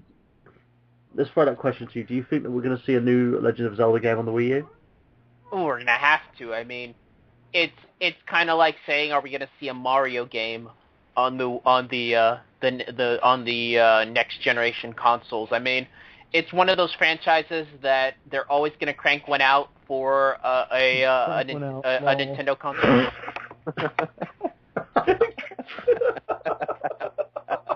I mean, if we're talking about like a Metroid title, you can kind of debate whether or not one's going to come out, but Zelda has become so synonymous with Nintendo. I would debate whether or not it's probably the number one Nintendo franchise. As much as Mario has lived on in the minds of gamers, I think Zelda's just as ubiquitous. So I think we are going to see another one. They're going to keep this franchise going until it dies. Same thing with Mario. In terms of, are they going to continue with Link? I don't know how you can't. It's become to the point to where the Link is the Legend of Zelda. That's just how it is. There's no way they can really spin it off without alienating a ton of fans.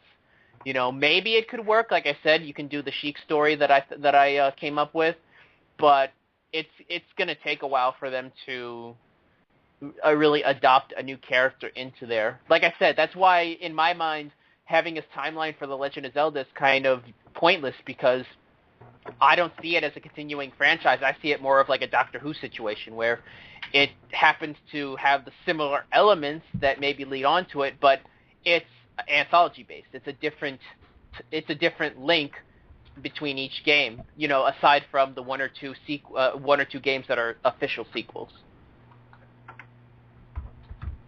Very true. Okay, Sean, what about yourself? You think we're going to ever see a true Zelda game on the Wii U? Yes. Because the tech demo back at E3, remember that? That was fucking sexy as fuck. When they first showed what the Wii U could do graphically.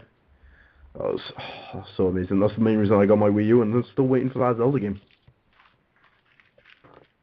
Very, very true. Okay, what about Sam? What about you? I think it's going to be awesome. I know, I think she thinks that as well. Travis, what about yourself? I mean, that's what every time there's a new console that's released, everybody says, when's the next Zelda coming out? And you don't really see a new Zelda game, and I'm excluding remakes like Wind Waker HD. You don't really see a brand new Zelda game come out until 2 years after the system has been on the market.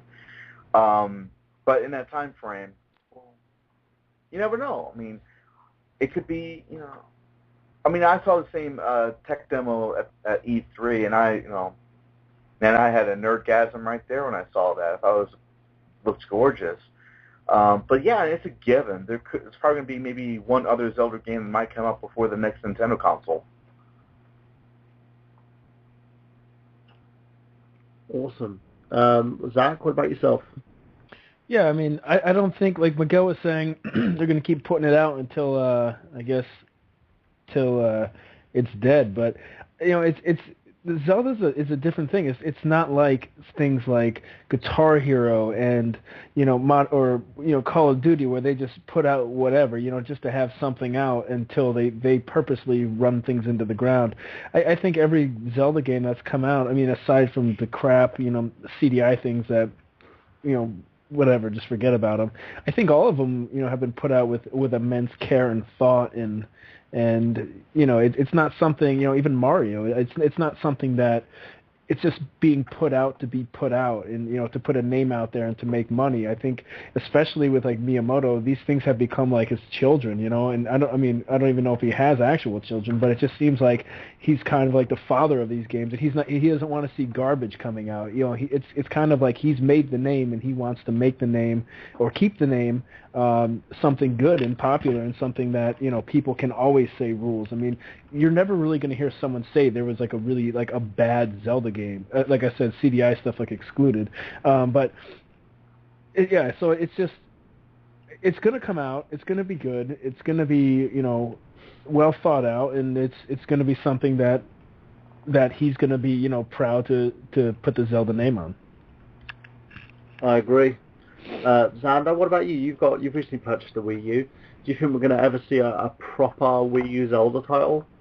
I think no question about it. We'll see it, and I think that's the reason why we got some of the HD remake and the spin-off of Hyrule Heroes. It's kind of just to hold us over because, Zelda's gotten so popular. But I will say this, I know a lot of people are talking about that tech demo, and they're really, really stoked, and they're like, it'd be great to see another Zelda in that style. Let's not forget that Zelda is full of surprises. If you guys remember when the GameCube came out, they showed a tech demo of a battle between Link and Ganondorf that was like really updated graphics of Ocarina of Time, and then they turned around and they made Wind Waker, and that was one of the reasons why so many people got pissed off about Wind Waker is because they played Ocarina of Time that was a little bit, I wouldn't say realistic, but, it was like really, really, prestigious graphics for the N64, and they were expecting that style to continue with the next Zelda, and then you got Wind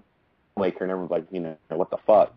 So I think, when they come out with the new Zelda, I'm really stoked about it, but I definitely would say expect the unexpected, because that's one thing that I think that's always, and it's always excited me about the series, is the fact there's some familiar elements to it, but they've always done something a little different that kept us wanting to keep playing this classic story of The Legend of Zelda.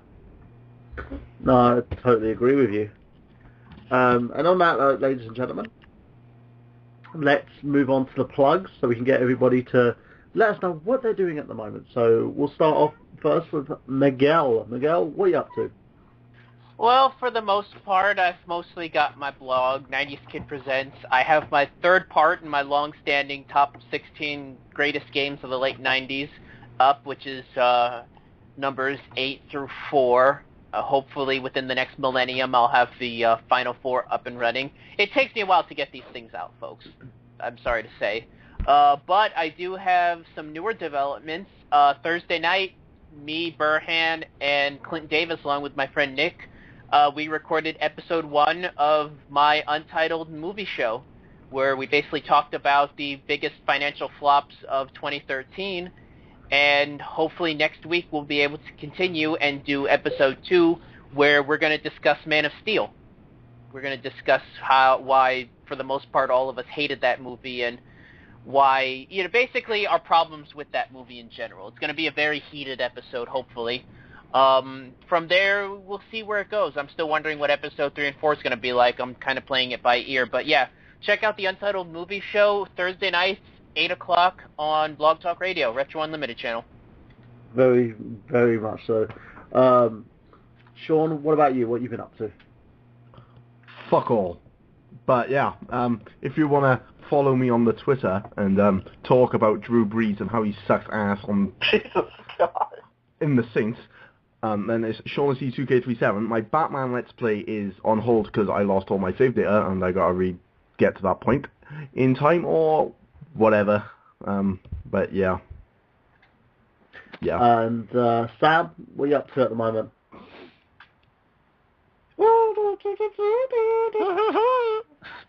Travis? Yeah, you can check me out on YouTube. I got a couple of channels. As you know by now, I'm the host of Rose-Colored Reviews, the show where I take a look at classic video games, television shows, and movies, and through rose-colored lenses, I see if they still stand test of time. Actually did kind of like a side show for that channel. It's called Rose-Colored Reviews Presents Travis Tries. And this first episode, I actually tried bacon-flavored toothpaste. Yeah. Bacon toothpaste. I watched that episode. I thought it was good. Thank you. Sorry about the weird camera angle right there. If you watch it carefully, it's kind of like bobbing up and down a little bit. So I got to get that fixed. And also on my Let's Play channel, Rose Colored Let's Play, I have been throwing episodes left and right. I've got the latest episode of me playing Dragon's Lair. That was a lot of fun. And previous to that, I've uploaded Marvel vs. Capcom 2. And the next one that's going to be coming your way real soon is NES Remix. So check that out, www.youtube.com/rosecoloredletsplay, and of course, youtube.com/rosecoloredreviews. You can find me on Twitter, TravisScott79, and you can find me here each and every Saturday night with Michael Burhan and all the usual suspects on I Got Gameplay. Okay, thank you very, very much, Travis. And Zach? Yeah, you can find me and Kyla on our channel on YouTube. Just go to youtube.com/gettingyournerdon. We're actually starting, we have a new set of, so every Monday we're going to have either a Modest Magic or a game review. Tuesday, Wednesday, and Thursday we'll be doing our new Let's Play called Two Pro Noobs. And then on Friday, we'll be doing a pickup video. So that's pretty much what it'll look like every week. So if it sounds appealing to you, come check it out. Also, if you want to check out the band I'm in currently, you can go to killtac9.bandcamp.com. That's KILTAC9.bandcamp.com. Killtac9 actually does the theme song, or the intro song, I guess, for our pickups, which is a song called Why Worry, if you ever want to hear it and look it up. So, yeah, that's that. And thanks for the support. And you can find Sam at Twinkie Jean on Twitter. And she's just telling you, check the box band! So, and she's currently playing A Link Between Worlds. So, it's gone to you, Xander. Well, I host a podcast, Excess Game Podcast, which if you guys listen to the last episode that came out last Tuesday, Michael Burhan's a special guest on that, and we talk about the state of retro collecting. And you can listen to that on Podomatic.com. You can listen to it on iTunes and on Retro Unlim. And pretty soon I'm making a playlist on YouTube, so you can listen to it on YouTube as well, because I do have a YouTube channel. It's youtube.com/SandersScullion. And since we're talking about Legend of Zelda, I actually have 2 really good Zelda videos.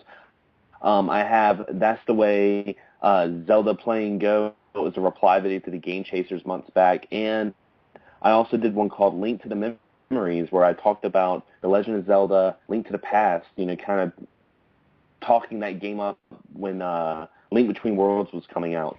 So you can check me out on there. You can also check me out on Twitter, on Excess Gaming Podcast, on Twitter, and Facebook, Xander Scullion. There you go. There we go. And as always, guys, you can check out us on the Retro Unlim Network. And at the moment, we have a Facebook page. It's facebook.com/the Retro Unlim Network. You can find us on I Got Gameplay, facebook.com I Got Gameplay. For everything about us. We leave news, reviews, tips, and everything like that on there as well. And as always, you can check out Monday.